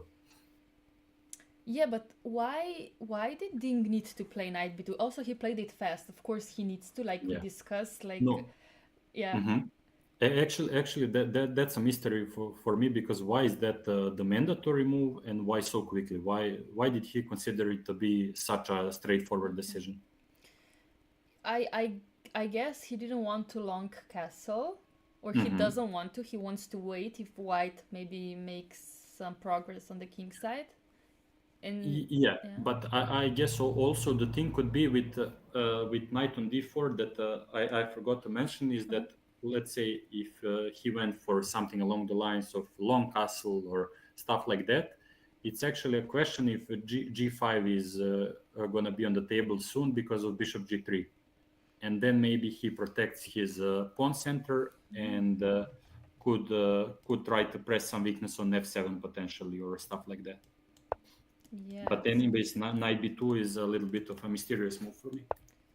Yeah, knight b2 is very interesting. Let's try to figure this out. Yeah, you said maybe he wants to play queen c4 to exchange the queens. Yeah, I mean, the most obvious one is, of course, queen c3, queen b4, and Yeah. probably he can run away with taking that. But in general, after, let's say, defending, or I don't know if there is a potential for repetition here with queen d2, knight c4, queen e2 back, that is also not completely out of the possibility. But let's sort of try to figure out something else. Yeah. Because one thing that makes a lot of sense to me with knight b2 is that you're sort of deflecting and confusing white when it comes to his plans. Let's say, for example, if he goes and put some rook on c1, let's say Yeah. rook plays c1, immediately queen c4 comes to mind, and actually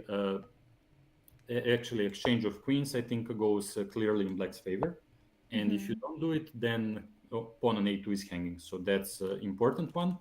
And if he went rook fc1, then what could be the case is that you're sort of forcing white's rook out of potentially attacking position. Let's say f5 is not doesn't have the same strength anymore. You black can again go for queen c4. Knight d3 could be on the tables as well potentially, but probably not, with bishop f5 being the f1 being the case later on.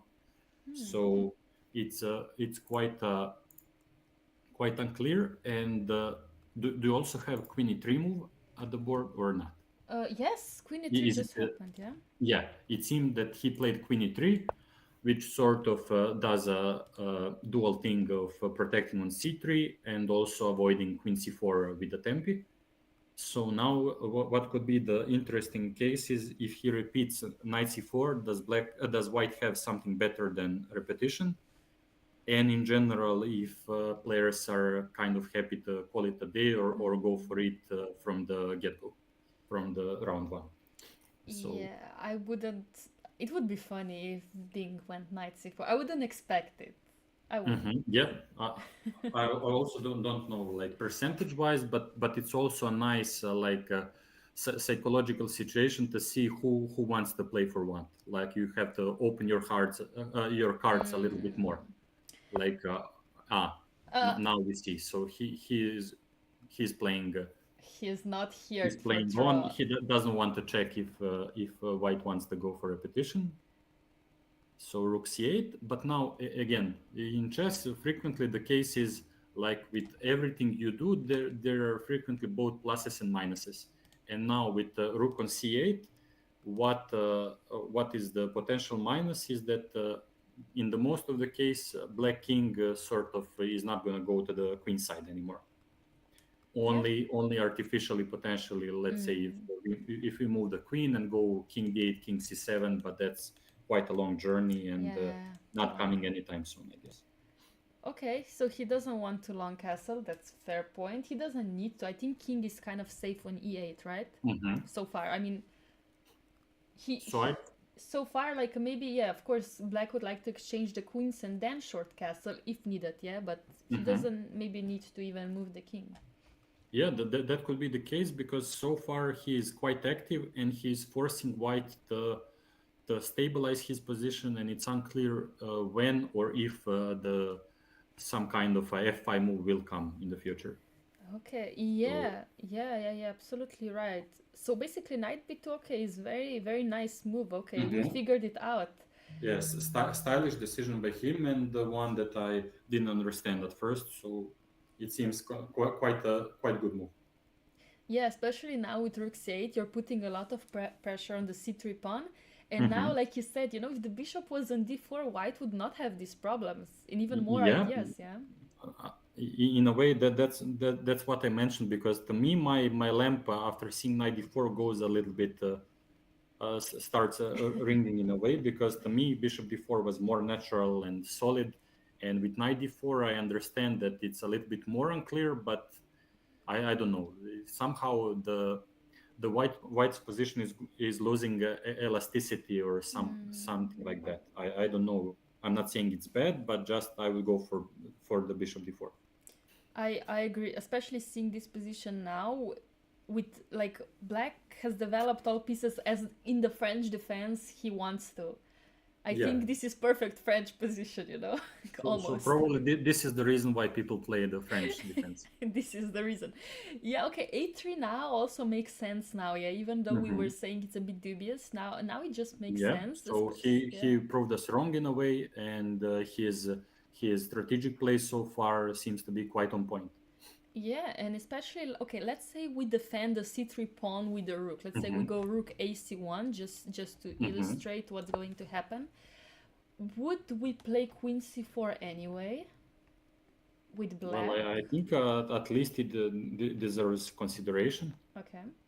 because then bishop b5 might appear as well. Yeah, I don't know so maybe queen if actually we d3. are in time, or should we greedy with something like bishop a4 that looks quite strange. Okay. But now I think I understand a little bit more. Okay.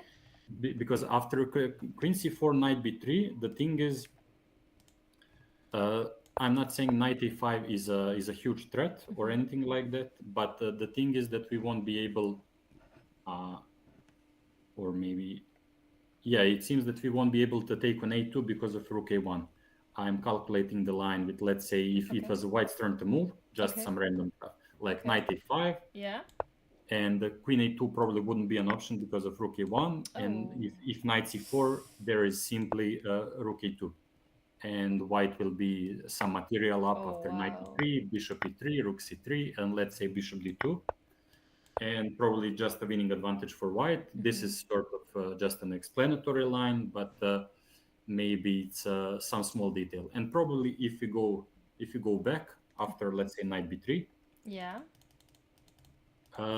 if knight a5 comes, probably Yeah. something along the lines of queen d3 Yeah. or queen b5 back is quite okay. But I think white should be more careful in these positions. Yeah, yeah. So rook ac1 maybe not the best move. So what else can we do with white after rook c8? Well, another thing that comes to my mind is to go bishop e1.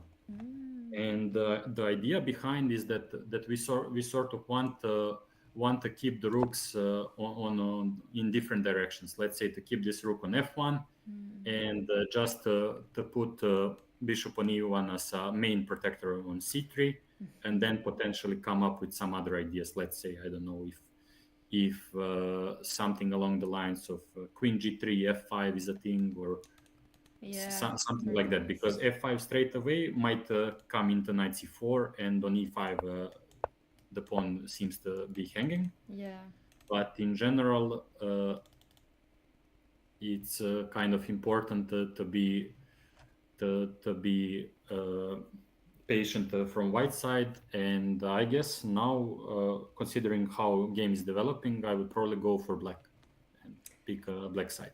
Yeah, especially because Gukesh didn't play bishop e1, he played rook ac1.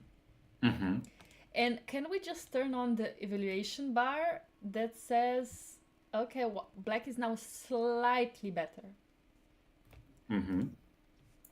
So, like we were discussing, queen c4 is now a move to be looking at, yeah? And actually, queen c4 is actually on the board. Dink played it immediately.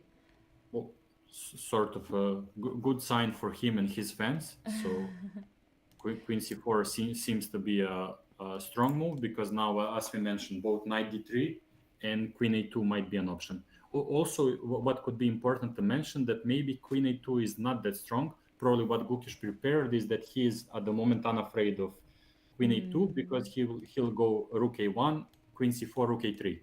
And that he probably considers a better trade, because now he gave away his passive pawn on a2, took dangerous one on a3, and there is no knight c4 coming. So actually, that could be what he is sort of looking for. But what seems to be the case is that there is this saying in chess: a threat is stronger than the execution. Yeah. So maybe what could be the case, it's important for him just to sort of flirt with him going queen a2, and to annoy him and to prevent his plans in a way. Yeah, especially because now this queen has many options, not only queen a2, queen d3 is an idea. Yes, queen d3, potentially knight d3, maybe taking the bishop on f2, even though knight on b2 might be important at the moment. But it seems that Ding is playing this stage of the game really well. Yeah, and also if we look at the time, they're the same now. And we are on move 20. Oh wow, yeah, 20. So actually Dink has been blitzing out these moves for the last F5 moves actually. Yeah, Okay, he's been. sort of. It seems that the position seems quite clear for him, and he is aware and knows what he needs to do. Yeah, And he figured it out. as we mentioned before, what might come into play is that he's not he didn't pick up French just right now. He played it when he was in his youth and when he was up and coming strong GM. So probably his senses for the position are quite good, and he understands how he should develop certain things. This is true. Yeah, I if I would have the cameras right now, I would guess that Gukesh is slightly nervous, probably Mhm. shaking his fancy chair. Well, I would say from my experience observing him that he would sort of be quite cool. Probably inside him that he would have lots of emotions, but in general he He is would sit quite composed. Yeah, sort of stable. His behavior at the board, and he doesn't show too much compared to some other games. So. that's true. That's true. Fair point. Fair point. But okay, we saw knight b3 Mhm. to stop this, but white. Okay, what if we just go attacking? What if white goes f5? I want to scare you, you know? After Queen c4 f5. Yes, and actually that's what Gukesh played. Really? Yes. Okay, that's quite an interesting decision, which means that he doesn't want to sort of go for the slow positional play anymore, but he just decided to go for it. Maybe he felt like he's in a position now that he cannot play positionally anymore. Which could be the case, but I'll use use this chance to sort of slowly pat myself on the back for the knight d4. I think that could be the starting point of some strange decisions which make it harder for him to find his way. You're absolutely right. Yeah, you're absolutely right. This 94 was maybe for Gukesh's strategical mistake. And also there is this thing, maybe objectively it's not a mistake, but also I think it's important to take into consideration that certain positions are easier to play for humans, certain ones are tougher.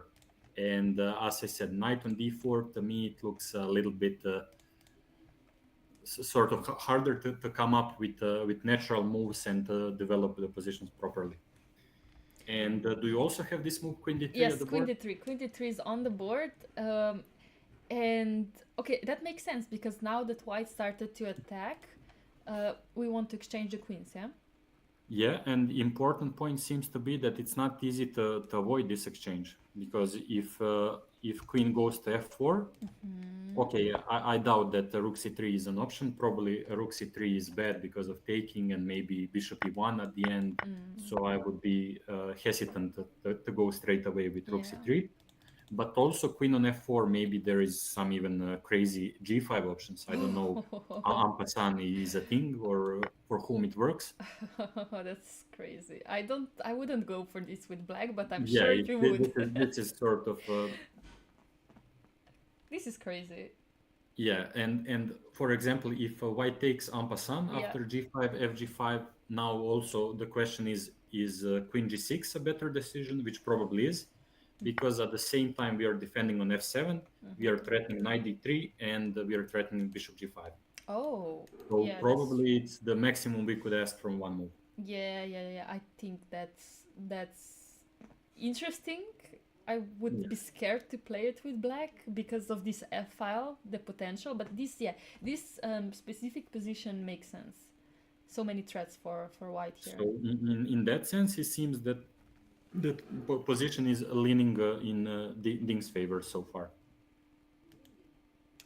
It is actually, we can check the valuation bar. Okay, valuation bar says minus 0.5 for for actually minus 0.8, yeah, but after queen f4, you were right, g5 is the best move. You're on fire. I'm on fire, but it's time to admit I briefly checked only that. So Okay. It's time to, yeah, okay. yeah, but actually it's a crazy decision and not easy to go for it. But everything else after g5 is brainwave. I don't know how good it is, but for that I take the credit. Okay, yeah, no, g5 is a crazy move. I mean, I guess, you think of it. Of course, you think of it. But, yeah, like I said, I would be scared. But Especially if I would have to make fast moves, yeah? Because there's but no but increment. Sorry, yeah? for me, an interesting sign because Ding played Queen d3 quite quickly. Yeah. So the way I see it, he is probably expecting something along the lines of Queen e1 or Queen f4. So probably he's ready to go for g5 if Queen f4, because otherwise, if he exchanges queens, everything is working very well for him. So probably he prepared something concrete. Okay, Queen e1. And Okay. now the question is, what about Bishop g5? Is that a thing or not?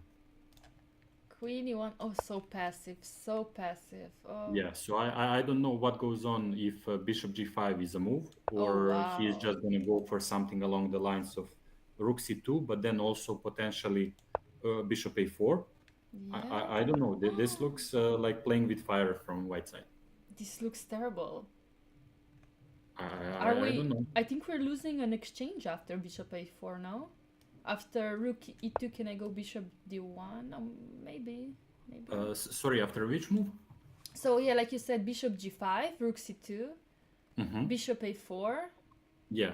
I mean, I guess, what do I have to play? Knight b3 or... No, I cannot. I have to play rook Yeah, e2, yeah? but also what could come into consideration of if bishop a4, there is a counter interesting idea with fe6 and then ef7 and like total madness on the Oh board. my. Oh my. So there it's like completely unclear who is playing for what's going on, but that's a potential line. I don't know the evaluation there, but it seems that it's quite a mess. Oh my. So actually now is a proper time for Ding to think about consequences. So bishop g5, and yeah, it's very interesting complications ahead of us.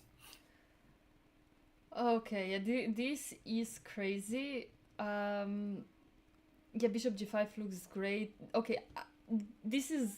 I don't know, have you expected this from the... for the From the first round? No, for sure no. But this knight c2 move was a sign that Gukesh was ready to be principled and fight for the for initiative, but also it's Okay. very unclear game and lots of Oh wow, he found... he played bishop g5. I think he's listening to our stream at this point, you know? Okay. Yeah, or he's listening to you, you know?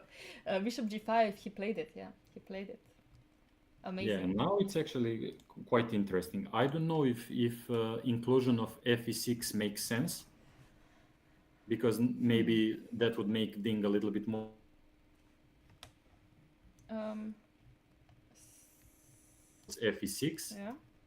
and I guess fe6 if we want to keep the bishop a4 option open, Yeah. even though bishop e6 also has some point. It does. But also, I'm not sure that he's going to include fe6 because potentially there will be after bishop g5, 22nd move. Yeah. So I'm not sure that he's going to include fe6 because potential important move could be later on queen g6, running away from the queen and getting some extra tempi with knight d3. Oh, I yeah. don't know if that's going to enter into consideration for any side, but might be the potential idea as well. Yeah. Okay, I'm gonna turn on the evaluation bar after bishop g5, so we can see it's -2. Oh, really? Okay, I'll turn it on briefly for a sec. Please do. But also it's interesting what the engine suggests is after bishop g5, rook c2, some slow move like short castle, which is not an easy move to play. Oh no, it's not, for sure. But also, okay, it's important that bishop a4, as I mentioned, is a blunder because of fe6, and actually white is turning through. And white is winning. Yeah, and white is winning all of a sudden, so wow. it's important to be... this is winning for white, that's crazy. Yeah. So yeah, bishop g5 is on the board. And now more or less rook c2 is forced. I mean, also engine could suggest move like knight b3, but it's not logical. So I guess rook c2. Yeah, I highly doubt. Yeah, rook c2 is That on the would board as well. probably mean that he is fully aware that position is very bad, and this is just a way to try to come up with some complications. Yeah. And I guess the idea is after if he went knight b3, let's say bishop c1, queen c1, rook c3, queen g5. I guess he's that could be what the point of knight b3 might be, just to try to Yeah. complicate the matters. Yeah. Yes. But Yes. also, are you seeing the move rook c4? Yes. What Okay. the hell? I don't know.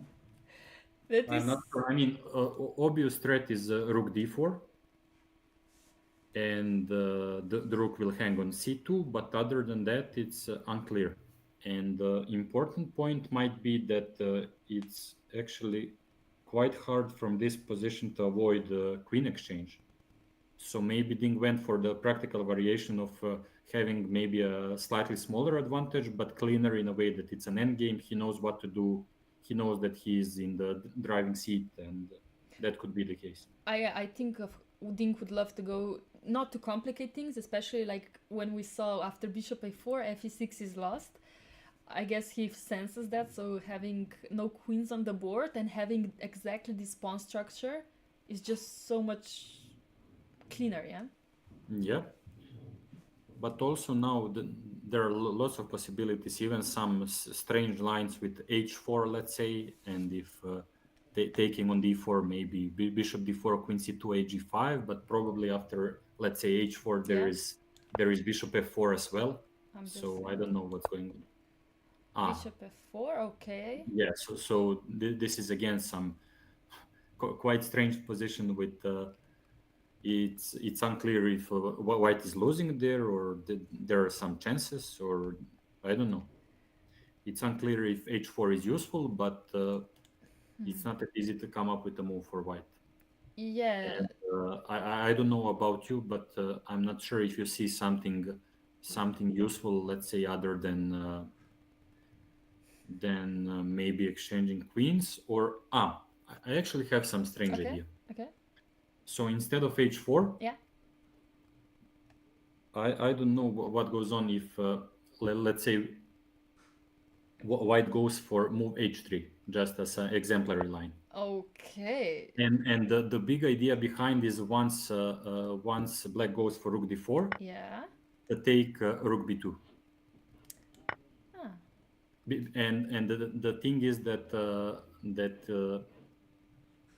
that's probably simply losing for white, because there is ab2, and after bishop d4 there is bishop c1. Oh yes. Cutting the queen, and black is going to promote. Yes. So that was just some random silly line, but yeah, I don't know. It looks like black has huge advantage. Yeah. Yeah. I mean, I'm sure he does. Okay. Oh, no, it looks so bad. Everything looks so bad. I was thinking about queen b1 just to like defend the rook and not exchange it, but I guess in this situation bishop a4 might work or something. Either that or rook c3. I don't know if Actually, sorry. Rook b2. Bishop a4, there is rook b2. Rook b2 is an idea, yes. So now actually I'm winning, yeah? Yeah, so actually probably after queen b1 there is rook c3 option.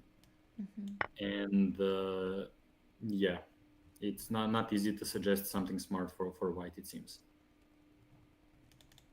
Yeah, h4 makes sense, I guess, but after bishop a4, I think we're at the beginning, yeah? Again, what do I do, yeah? Yeah, back to square one, in a way. And yeah, can we just mention the times? Gukesh is now below Dink's time. He has 24 minutes and Dink has 29. This is crazy, especially because we were so worried for Dink at the beginning, okay, when he was figuring out the position. Yeah. And now, yeah, we should be worried for Gukesh. Yeah, it seems that the game is not developing the way he wanted. So far, it's hard to come up with a good move now. I'm not sure if the time has come for him to try to bail out with queen e2, but that looks quite disappointing move to make in a way. Oh, it looks so sad, but I mean, somebody in the chat asked a very fair question. Where do you think it went wrong for Gukesh? Well, objectively, concrete mistake, I'm not sure, but sort of as I mentioned, knight d4 was the way I see it, first step in the wrong direction from practical point. Yeah, But I agree. later on, we would have to go back and try to figure out concrete of way of things going well. That and maybe rook ac1, I guess. Maybe bishop e1 was better to try to keep the rooks a little bit passive, but just put the bishop as the main defender on c3. Because this way, with the rooks being a little bit stretched, you're losing the harmony in your position. And what seems to be the case is knight d3 and queen d3 became a serious idea all of a sudden. So maybe those two were like a starting point of problems for white. I absolutely agree. Like you said, first move was knight d4, even though it was not bad. Yeah, Just it's so much harder to play this than bishop d4. that's the way I felt from beginning in a way. And yeah, looking back, I would probably go for bishop d4, like solid, strong. Maybe try to support f5, but even though it's unclear if that's the case. But in general, maybe it was at this moment that it was time to think about keeping the balance and not going all in as you went. Because it Yeah. seems that now the typical passive French bishop is doing great. Knight on c4 is an asset, potentially weak c3 pawns. Attack is not coming, and in a way, it was maybe time to keep it solid and strong. So I don't know. Other than that, I guess the beginning of problems is, as we mentioned, knight d4, rook ac1, and Yes, I agree. And actually, I just wanted to see the cameras. Like, I want to see if Gukesh is composed, and I want to see if Ding is composed in this position. Yeah, this is like kind of poker style, and they're both so calm. Even though Ding is looking at Gukesh, so that means like he's often looking at him from like his chess pose. He's like eyes are drifting up, so he wants to see, are you nervous? Are you nervous? And I think Ding is happy. That means if Ding is looking at at him, it means he's happy, right? I guess so. But also it's a funny thing when you are playing with players who are not that expressive, as I think is the case with the Gukesh. You're sometimes trying and looking for some moments where you will see a chink in the armor, like he's unsatisfied. There is some expression, but usually he's quite cold and quite stable at the board and doesn't make some excessive emotional reactions where it's obvious. Let's say, Yeah. for example, for Nakamura, it's quite obvious that there are lots of emotions and he is frequently showing them openly. And with some guys, it's quite unclear what's going on inside. And sometimes my friends like to mention that for me as well, that it's quite unclear what's going on if you're lost or winning or equal, and that I like to pretend to be like I know what I'm doing always. That's good, though. Yeah. That's good. Yeah, we can I bluff don't know. people. It's not fully on purpose, but I sort of usually think in the direction of.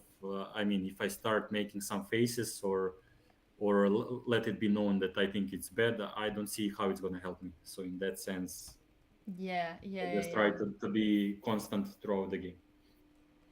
Yeah, okay, so before we go on maybe our last break today, because as we see this game is developing very, very quickly, I would just go through the game for our viewers. It was the French defense with knight c3, knight f6, which actually I play myself with black. I now, because I was so worried with technical problems, I actually forgot that this is the opening I actually play myself. Um, exactly this line. And yes, knight e2 on the board, and of course a5 very quickly.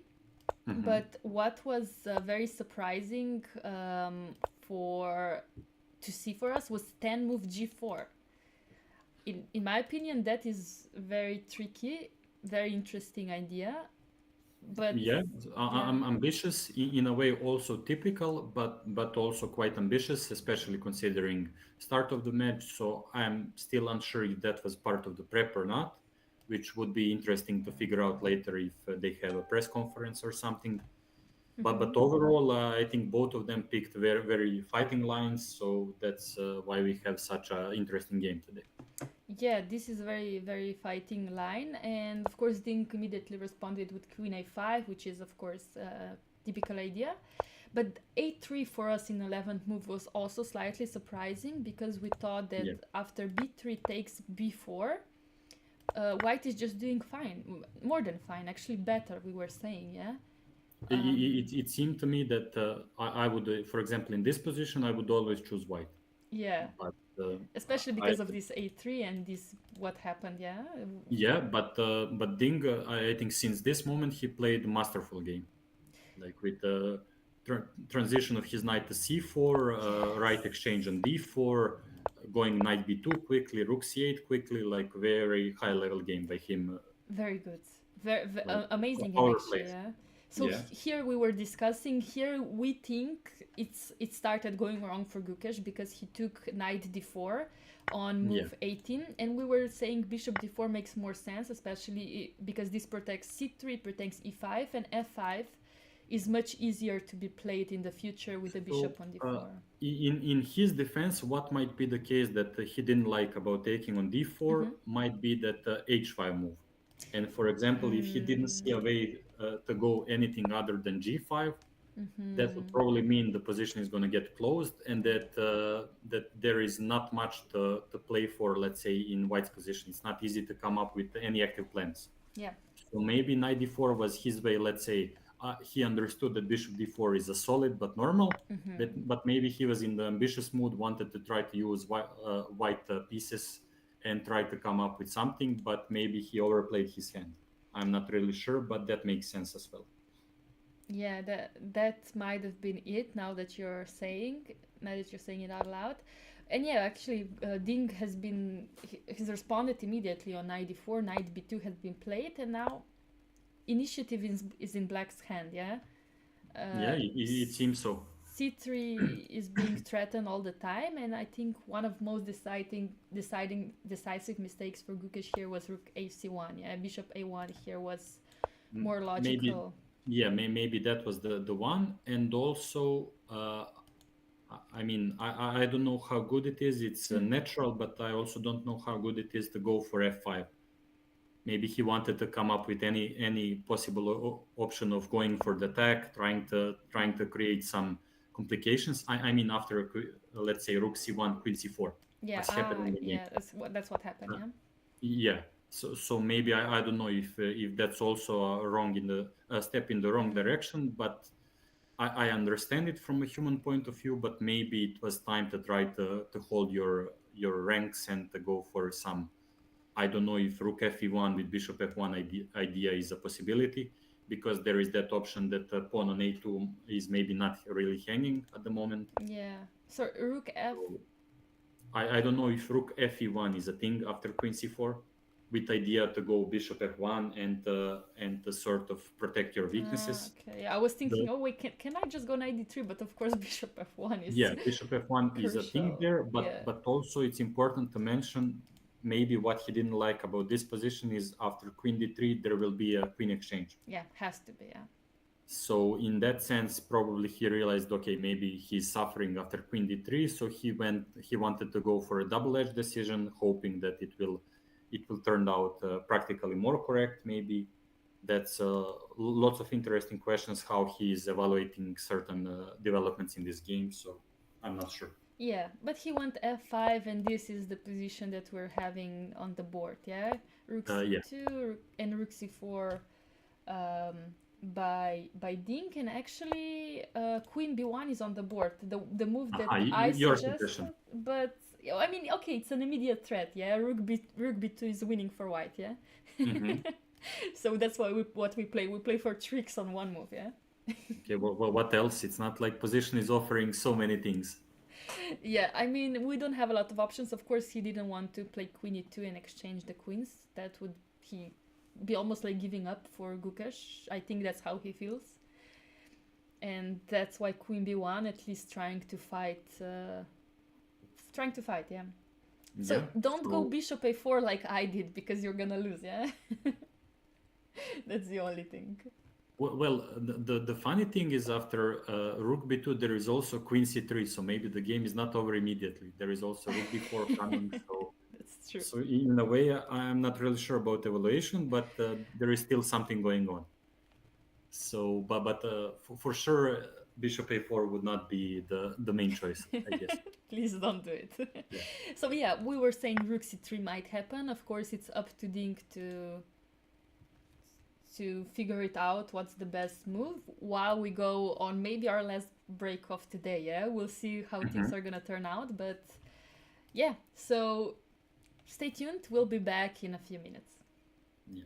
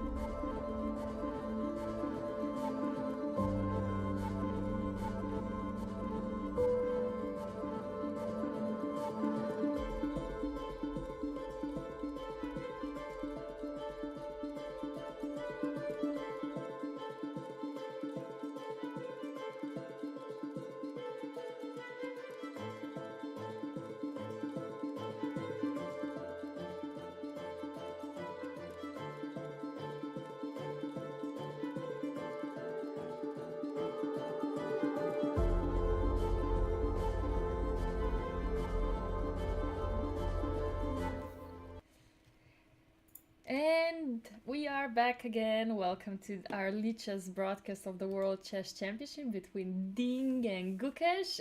And we missed quite some moves. Well, we were on the break, so we should probably dive in right now. Especially because players are so low on time. I mean, Gukesh is on 40 minutes and they do not have 30 seconds increment till move 40. So they have to reach move 40 to get extra time plus the increment, and that's why they're rushing so much. Okay, so Aleksandar, after queen b1, rook c3 has been played. Yeah, as expected, rook c3, and the development of the game afterwards is quite interesting.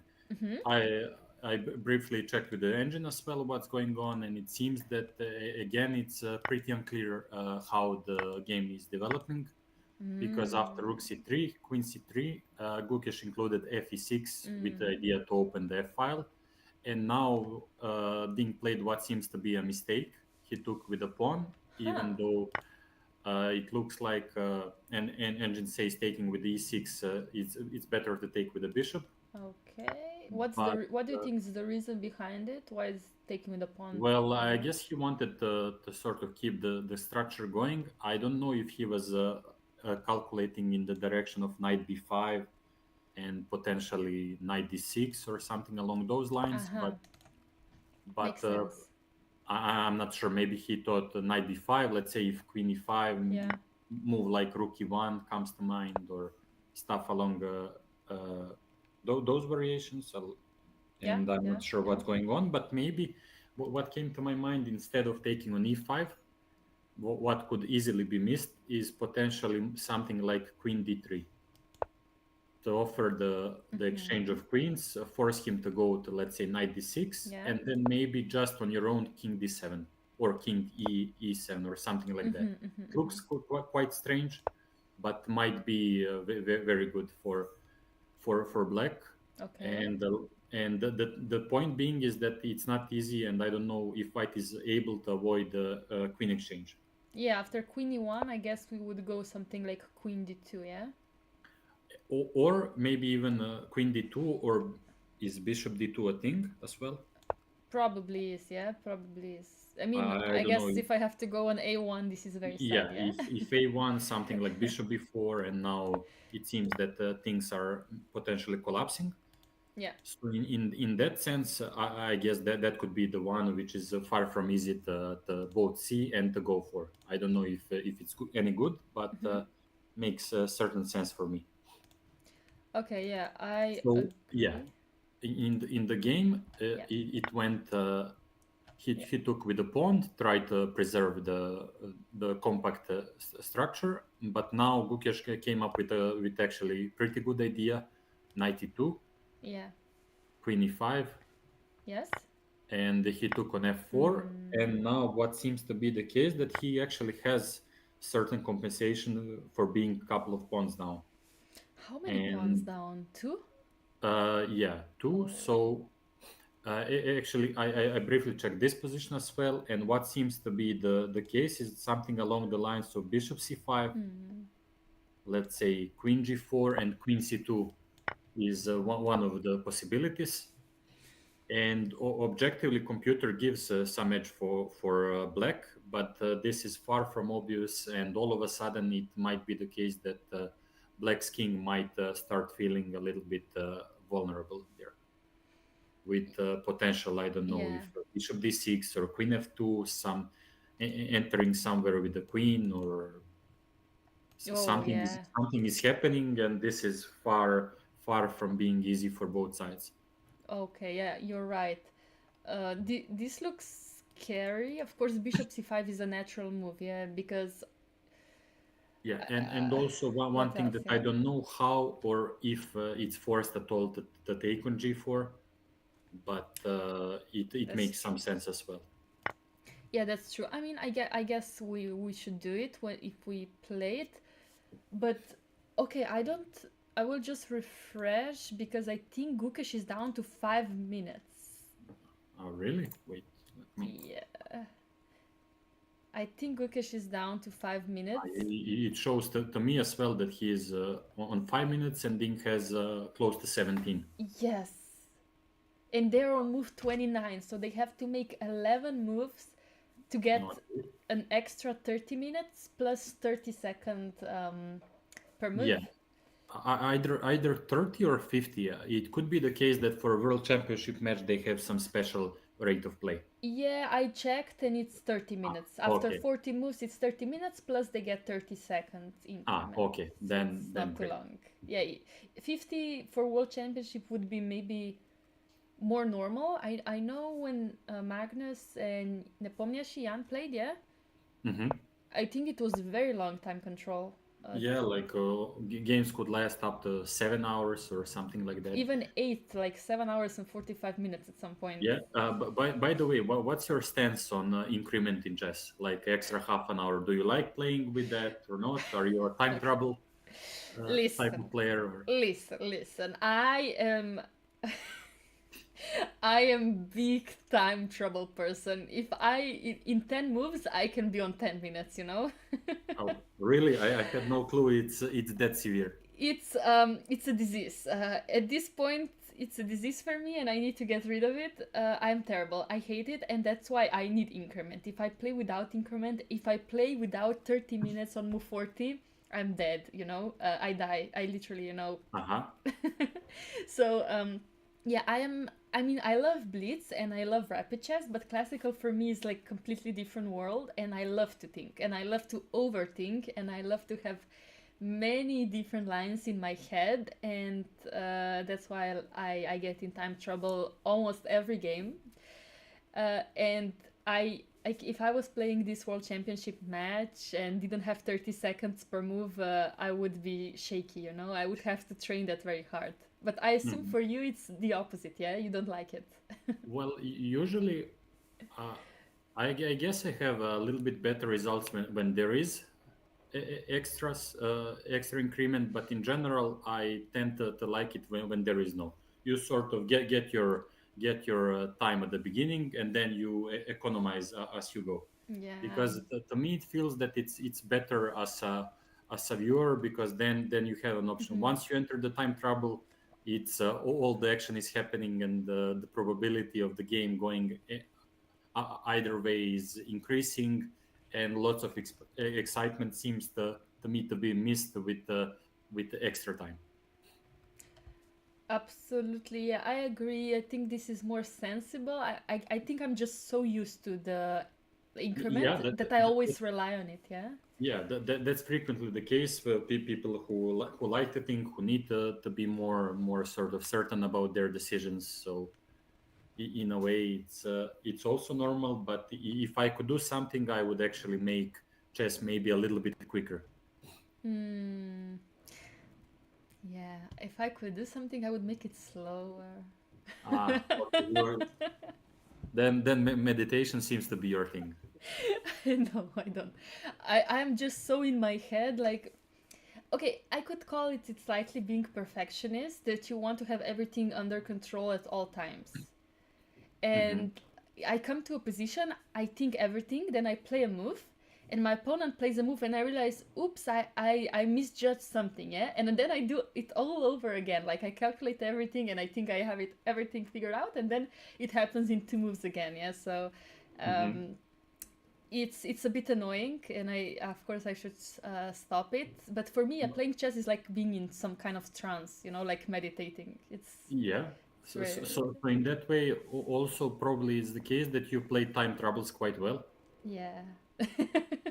So Because I can because focus, yeah, I can focus in time trouble while with yeah, when and yeah, you're kind of forced to make decisions. yeah, And for me, on the other hand, usually if I'm in time trouble, it means that I didn't use my time well. yeah, And even though I consider myself a very good blitz player, yeah, in general, I try to be a little bit more quick yeah. with my time, because I consider it important. Let's say when the chance appears Hmm. and I'm close to winning or have a big advantage, then I can spend in those moments like 10 to 15 minutes easily, and really delve deep into the position and try to sort of find my way easily.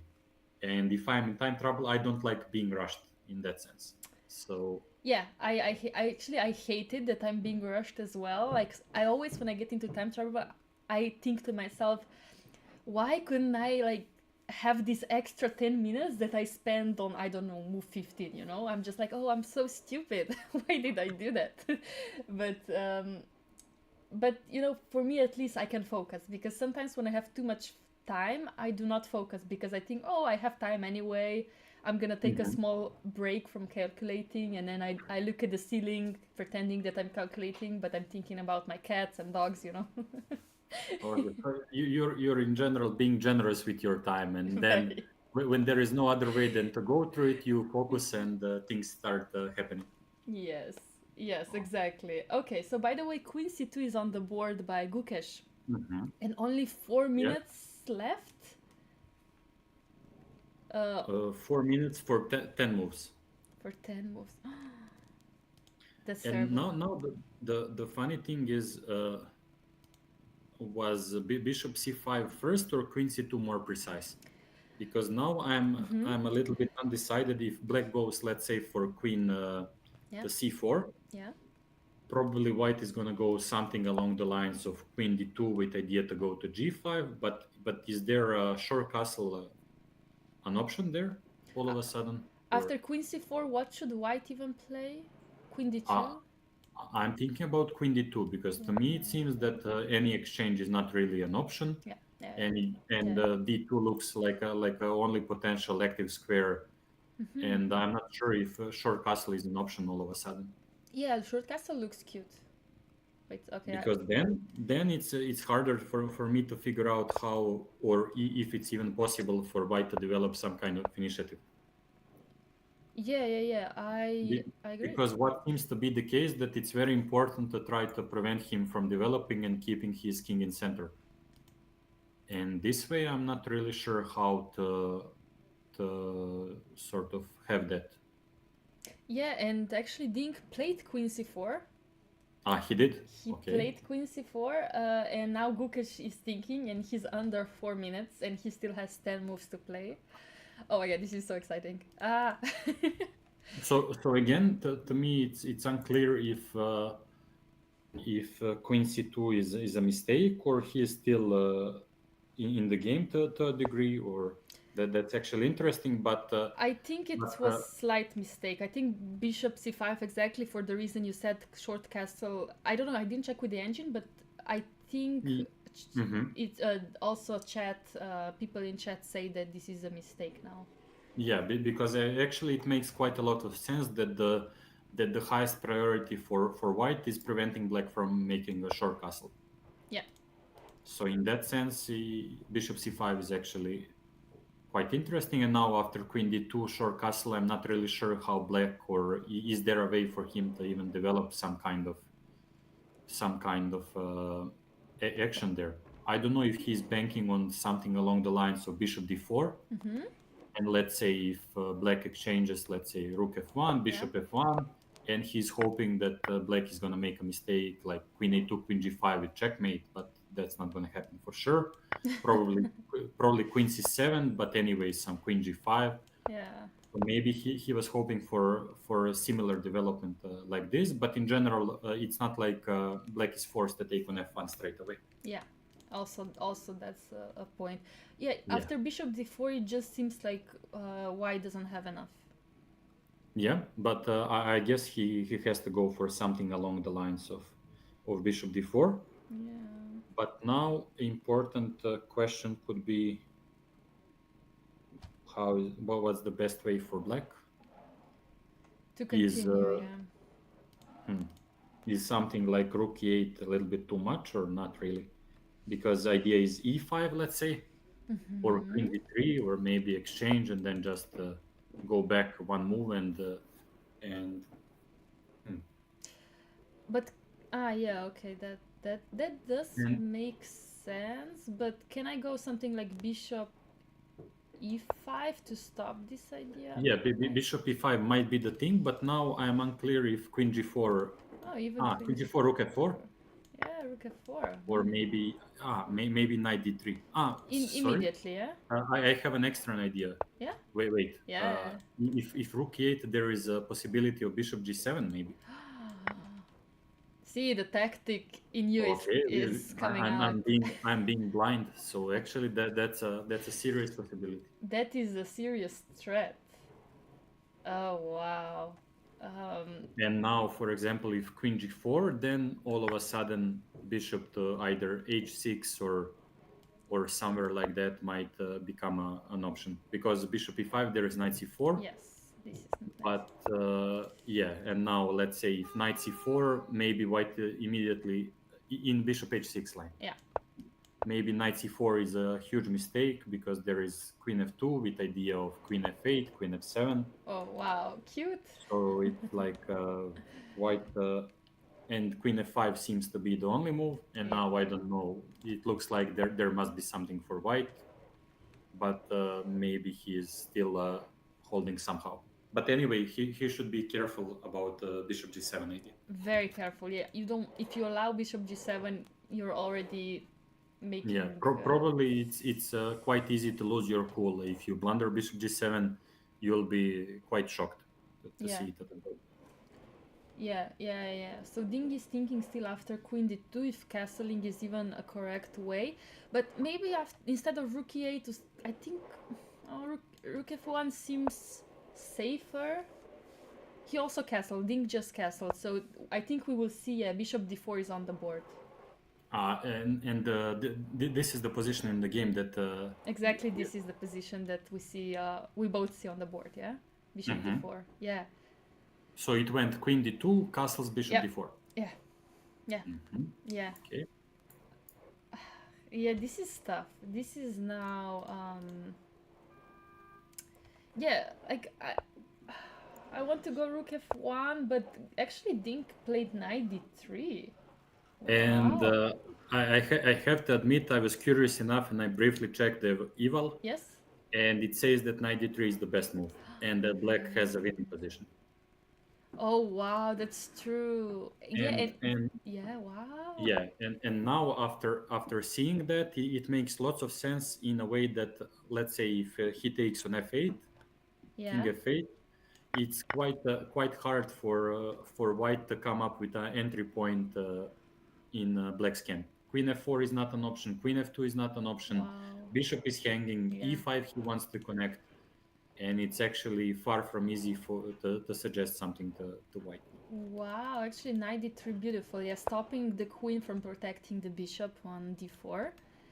So and also one thing, I'm not sure how much time Gukesh 2 minutes has and 40 seconds now. on the move 32, Yes. 33. Yes. Wow. Oh. Okay, now it's no, now it looks like chances for Ding to win are huge. Okay, but tell me about Bishop G7 now, though. Yeah, but now probably it's not working nearly as well because of Rook F1. Okay. Check. Bishop. No, I have. Yeah. Bishop F1 now. Queen G4. Yeah. Yeah, Queen G4. It comes with a check, or maybe even Queen I G4, and guess. then just moving, and probably I White cannot. is collapsing. Yeah, for sure. So in that sense, probably Bishop G7 is not a thing anymore, and Yeah. I'm not really sure if he's gonna go for something like Queen E3 on his own here. Okay. He might have to, right? Maybe to try to keep some semblance of threat, or I'm not really sure the idea behind, but at least you're kind of taking away from black the most obvious moves, let's say. Okay, I think Gukesh should be getting nervous at this point. I mean, he has less than Yeah. 2 minutes, 1 minute and 30 seconds for 8 moves. No, but that's and position is going downhill quickly. So this is actually Oh wow! Have you expected this result or this kind of game for? I mean, this kind of game we nobody expected for first round, but this result. especially considering that majority opinion is that Ding is in a poor form, Gukesh is coming, but it seems that we have a great match ahead of us with lots of tension and cool games. Oh wow! 50 more seconds for Uh, Gukesh. Queen E3 plate, correct? Okay. You assessed correctly. his only try basically in this position, yeah, to do Yeah, something. to try to keep the game complicated at least a little bit. And now what bothers me a little bit, not bothers me, but more is interesting is if going rook f1, bishop f1, e5 is a thing for Ding. Can he go that way? Um. Okay, and after bishop e5, you want to play Queen queen g4. g4. Yeah. And yeah, bishop Uh, g2. yeah, bishop g3, and I don't know now Oh, something. g3. Ah, No, it's okay. Bishop g3, yeah. yeah, and maybe bishop g3, and I don't know, even something uh, like knight b4. Is he able just to try to grab some pawns? Pawn grabber, huh? Yeah. Always hungry. I like that motto so much. No, actually, I don't even know. Black is defending everything. There's no threats from Yeah, white right now specifically, but sort of hard to come up with a threat, hard to create something going, and especially considering no increment, 7 moves, 1 minute. It's such a tough spot to be. And also, did it happen in the game? um, I'm no, queen e3 is still on the board. Nothing has been played okay. by That Ding. could be maybe in our board. Yeah, I think so. It's in our board. We have so many analyses here that that it's very easy to mix up. But yeah, rook f1 just looks simple. Yeah, and the idea is sort of to simplify while keeping the many benefits of the position. And now let's say after e5, if he goes for bishop d3, then there is at the very least queen d4. I don't know, ed4 might be a little bit too much. Oh, that looks And a yeah, no need to bit be too fancy much, now. yeah. So Could work, but yeah, I don't know, probably no need why? Yeah, why? We don't need to do and that. also there is an extra possibility potentially of after ed4 queen e7, so no need to go crazy. Yeah. And I guess this must be winning.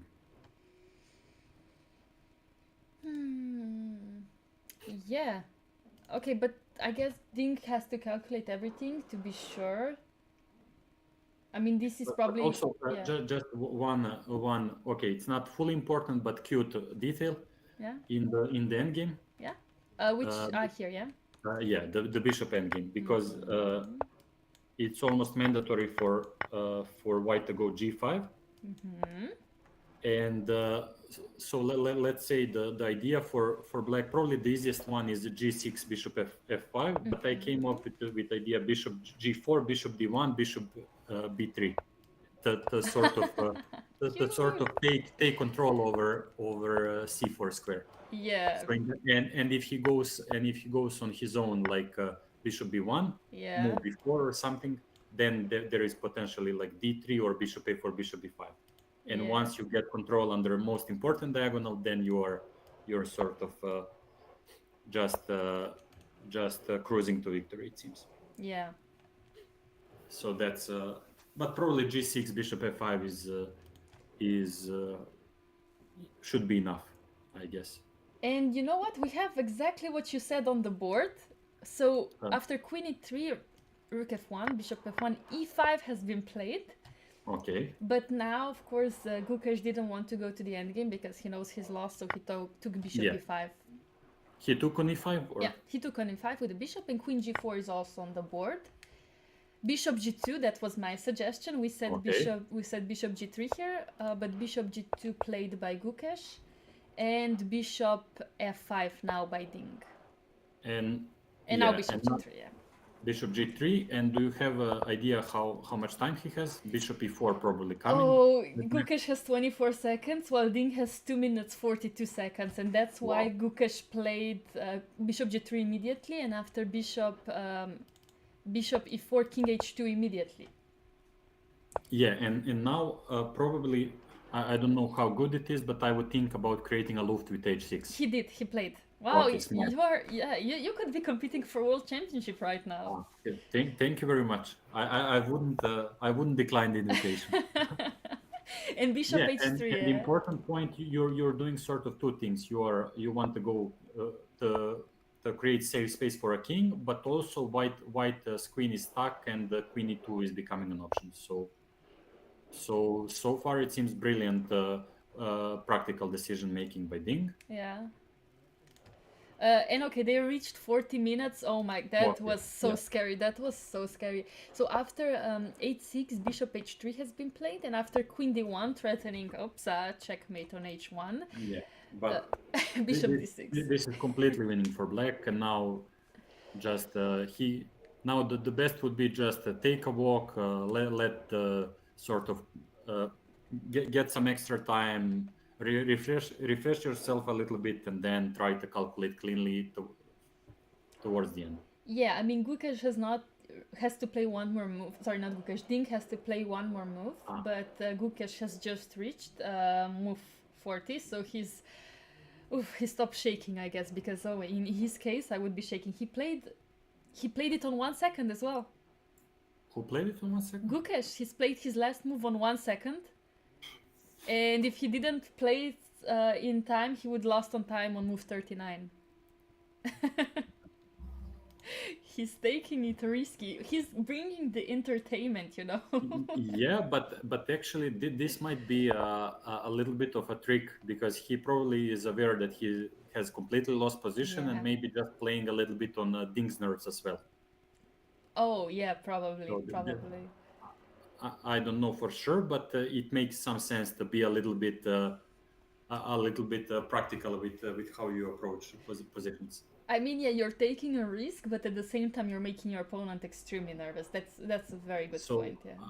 I doubt that in this position could be of any help, but in general might look like something that makes some sense. Yeah, I have to admit, I thought that this game would be over before move 40, given that so many things had happened so badly for Gukesh, yeah? Hmm. But actually now we're on move 41. If you want, we can go back and discuss some moves after 8-6, but I don't think they're that crazy, yeah? Yeah, we can briefly go. Okay. Sort of black was correct to create a luft, Mm-hmm. and the important thing is that white doesn't have a threat, and he cannot really go with his queen anywhere active. I don't know, like the d4, a7 checks are futile, and also you're allowing queen e2. So in that sense, That's true. white is quite stuck with his plans. So he had to go for bishop h3 Mm-hmm. if he doesn't want to exchange bishop e4, but then he would be material down, positionally down. So in that sense, it's really hard to come up with anything sensible. Yeah. And yeah, now he went queen d1 with the threat of queen h1 checkmate. Mm-hmm. And at the same time, he went bishop d6, defending on b4, even though it's not of the crucial importance, but more importantly, creating some space for a king. Yes. And then Ding went for the check, which seems the most logical. And also, it's unclear if he can just simply take on a2, creating a dangerous passed pawn, and it's hard to come up with any threat if you're white. Yeah, So I actually, wouldn't be. yeah. Sorry, go ahead. No, no, I was just thinking, yeah, can we just take the pawn now? We should consider that, yeah? For sure, and it makes a lot of sense, especially because there is no any tricks from white side along the lines of bishop e6 check, I king mean, h7. I was thinking about something like queen e4, but doesn't work because we have a check, yeah? Yeah, queen f2, important nuance. Mm-hmm. So no tricks at all, yeah? Yeah, so in that sense, if there are no threats, I wouldn't be surprised with a quick resignation by Gukesh. Oh, wow, already. Okay. I don't know. I guess he waits here in case black goes king h7. His last try to go bishop queen e4. Actually, that's a smart one. I mean, just wait for that one to happen in case he blunders. Opla, now white is winning, I guess. Yeah, Maybe not even. Are we winning? that's also fine. I think we Because are, there yeah. is knight c1, but there will be like bishop d5, bishop e5. So, but Yeah. then e3, Then e3, okay. it's some study like position all of a sudden. Okay, yeah, this is. this is weird because after this, maybe we're even losing, yeah? But the funny thing is, because if you don't go king f3, you are not in time to go bishop d4, bishop f4, or bishop c3 because of knight e2. Yeah. And then it's actually a funny position and unclear if it's quite funny what could be the evaluation here. No, I guess that here just black is winning, I guess. Yeah. I But don't know. in general, for example, something along those lines, but yeah. But yeah, so basically queen a2 has been played by Ding. But yeah, like you said, white doesn't have any checkmate ideas. and especially considering that once white goes for bishop e6, queen g2 is a huge threat all of a sudden. So in that sense, if you don't make things happen straight away, you're gonna get counter checkmated. Yeah. Black has so many threats. Yeah, I'm thinking how would be the fastest way to win for black if white doesn't want to resign. You know, like okay, let's say we have a check, king h8 on the board, and now. Okay, let's say white just plays h5 just to illustrate what would black do, what would be the fastest way to... Well, I guess something like queen g2, king h4, queen g5, exchange queens and go a2 and promote the queen. And very nice, yeah. Voila. Voila. And GG's. Yeah, I think you're right. We might see the resignation very soon because there's just nothing. Sort of not much to play for, and you know, for sure happened many times in your games as well that there are losing positions that there remains some action, and also losing positions where it's hard to come up with even with a single threat. And unfortunately for Gukesh, it seems that this is one of those cases where it's a pretty hopeless position, it seems. So I don't know if there is anything else.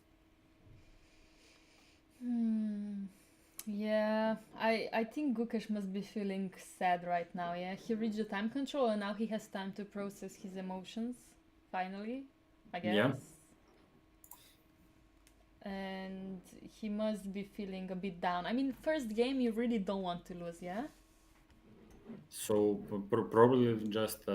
Never want to lose, of course. As they say in English, trial by fire, sort of. You had white pieces, all the expectations, things sort of started well, but sort of now we know a couple of things, and one of those is that we are really up for a serious match. Ding seems to be in a very good form, and lots of play ahead. And if the first game is the starting point, it seems it's going to be a great match. Yeah, especially you're right with the white pieces. Yeah, you're starting the match with the white pieces first game and you lose. The funny thing is, I was actually checking a little bit of their statistics, and I think so far in classical chess it's 2.5 to half for Ding, and I think only draw was when Ding had white pieces. So far it seems that Gukesh has 0 out of 3 in classical chess with white versus Ding.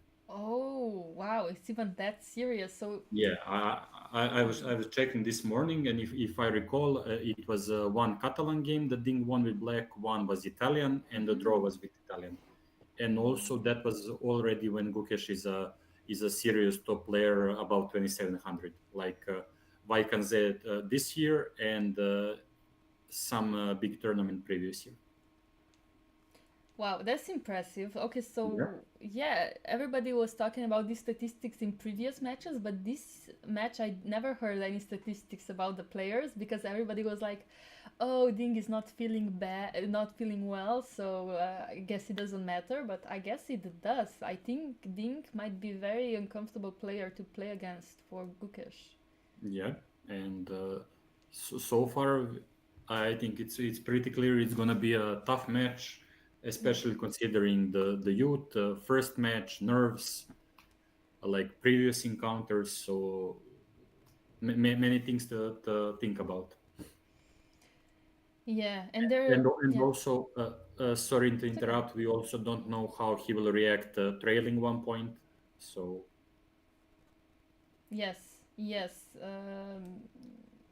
Especially first game, yeah, because Yeah. you feel like, oh, now I need to y- play better chess, yeah. Like you come into the match, you think you're well prepared, and then you lose the first game, and then you start thinking, am I well prepared? Am I just like not in good shape? Because okay, at the Olympiad, can we? Okay, of course, you were playing great as well. Like Team Serbia, it was amazing, but I think Team India was just like No, on another then universe, yeah. I think it was like historic run that they had in Olympiad. Yeah, and Like Gukesh, yeah. amazing. Two guys in the same team who had almost biblical performances, Yeah. like 10 out of 11, 9 out of 10. I don't know if you play like 10 Olympiads in a row, if that would happen again. Just amazing stuff. It was crazy. It was so impressive.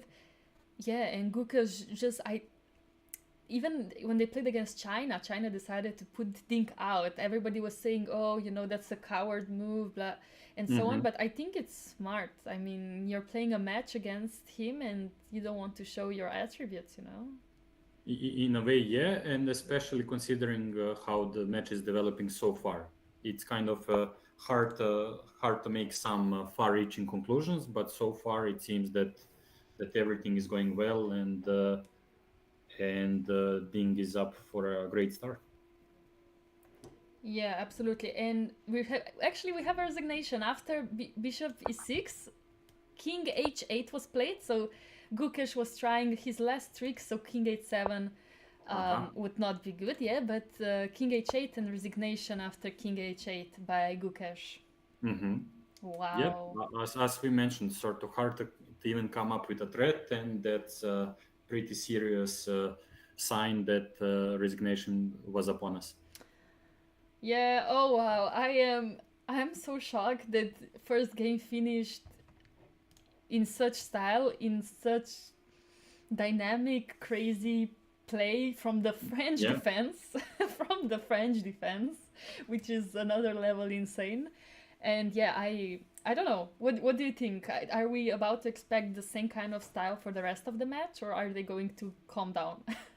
Well, it's completely unclear, but I guess the young challenger is going to be quite eager to immediately try to come back.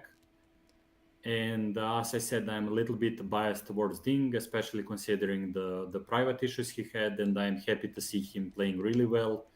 And as I said, I think this is going to be a great match with lots of fighting chess, and in general, it's not much we as fans and spectators can ask for.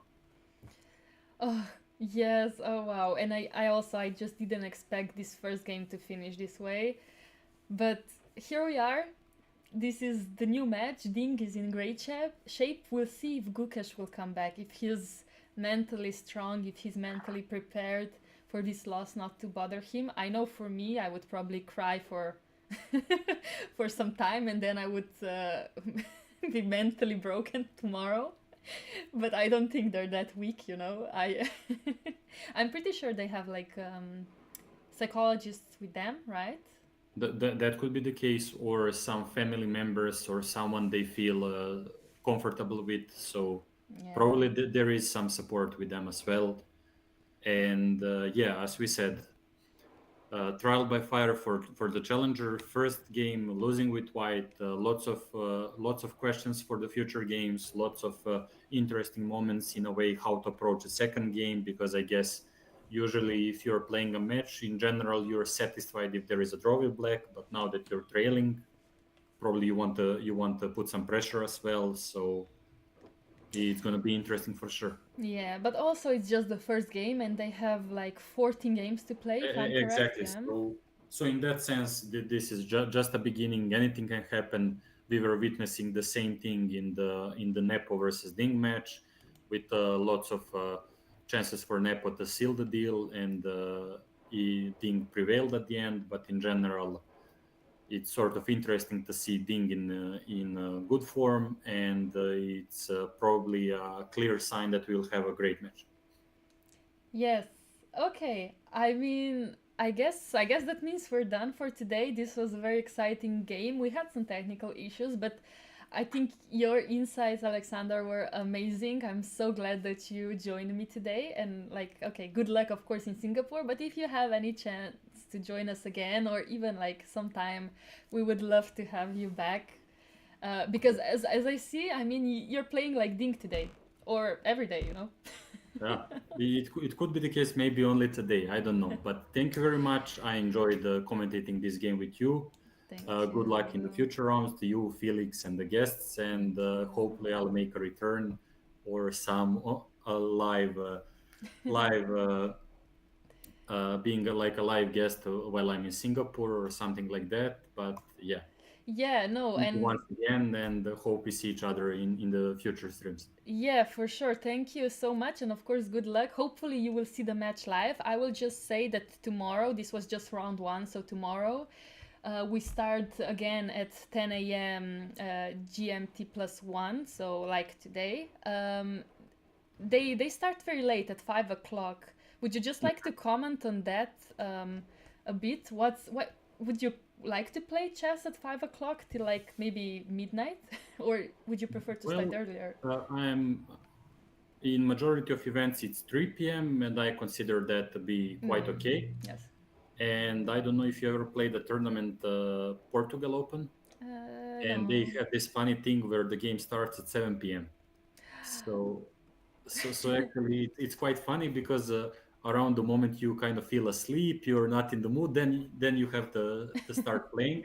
But I guess that's mostly aimed at people who are working and for them to be able to participate as well. But in general, I prefer like a normal 3 Yeah. p.m. and Yeah. It's very standard. interesting time. But hopefully they get used to it. And yeah, like I said, good luck in Singapore and hopefully we see you again here. Yeah. Yeah. Thank you. And one last thing, thanks to our spectators, viewers for Oh. patience with some small difficulties. And please stay and watch Laura and Felix for the future rounds. Yeah, thank you. And you will always be remembered as John Cena of chess. So don't worry. Okay, it's time to disappear then. It's time to disappear. Thank you guys and see you tomorrow. Bye bye.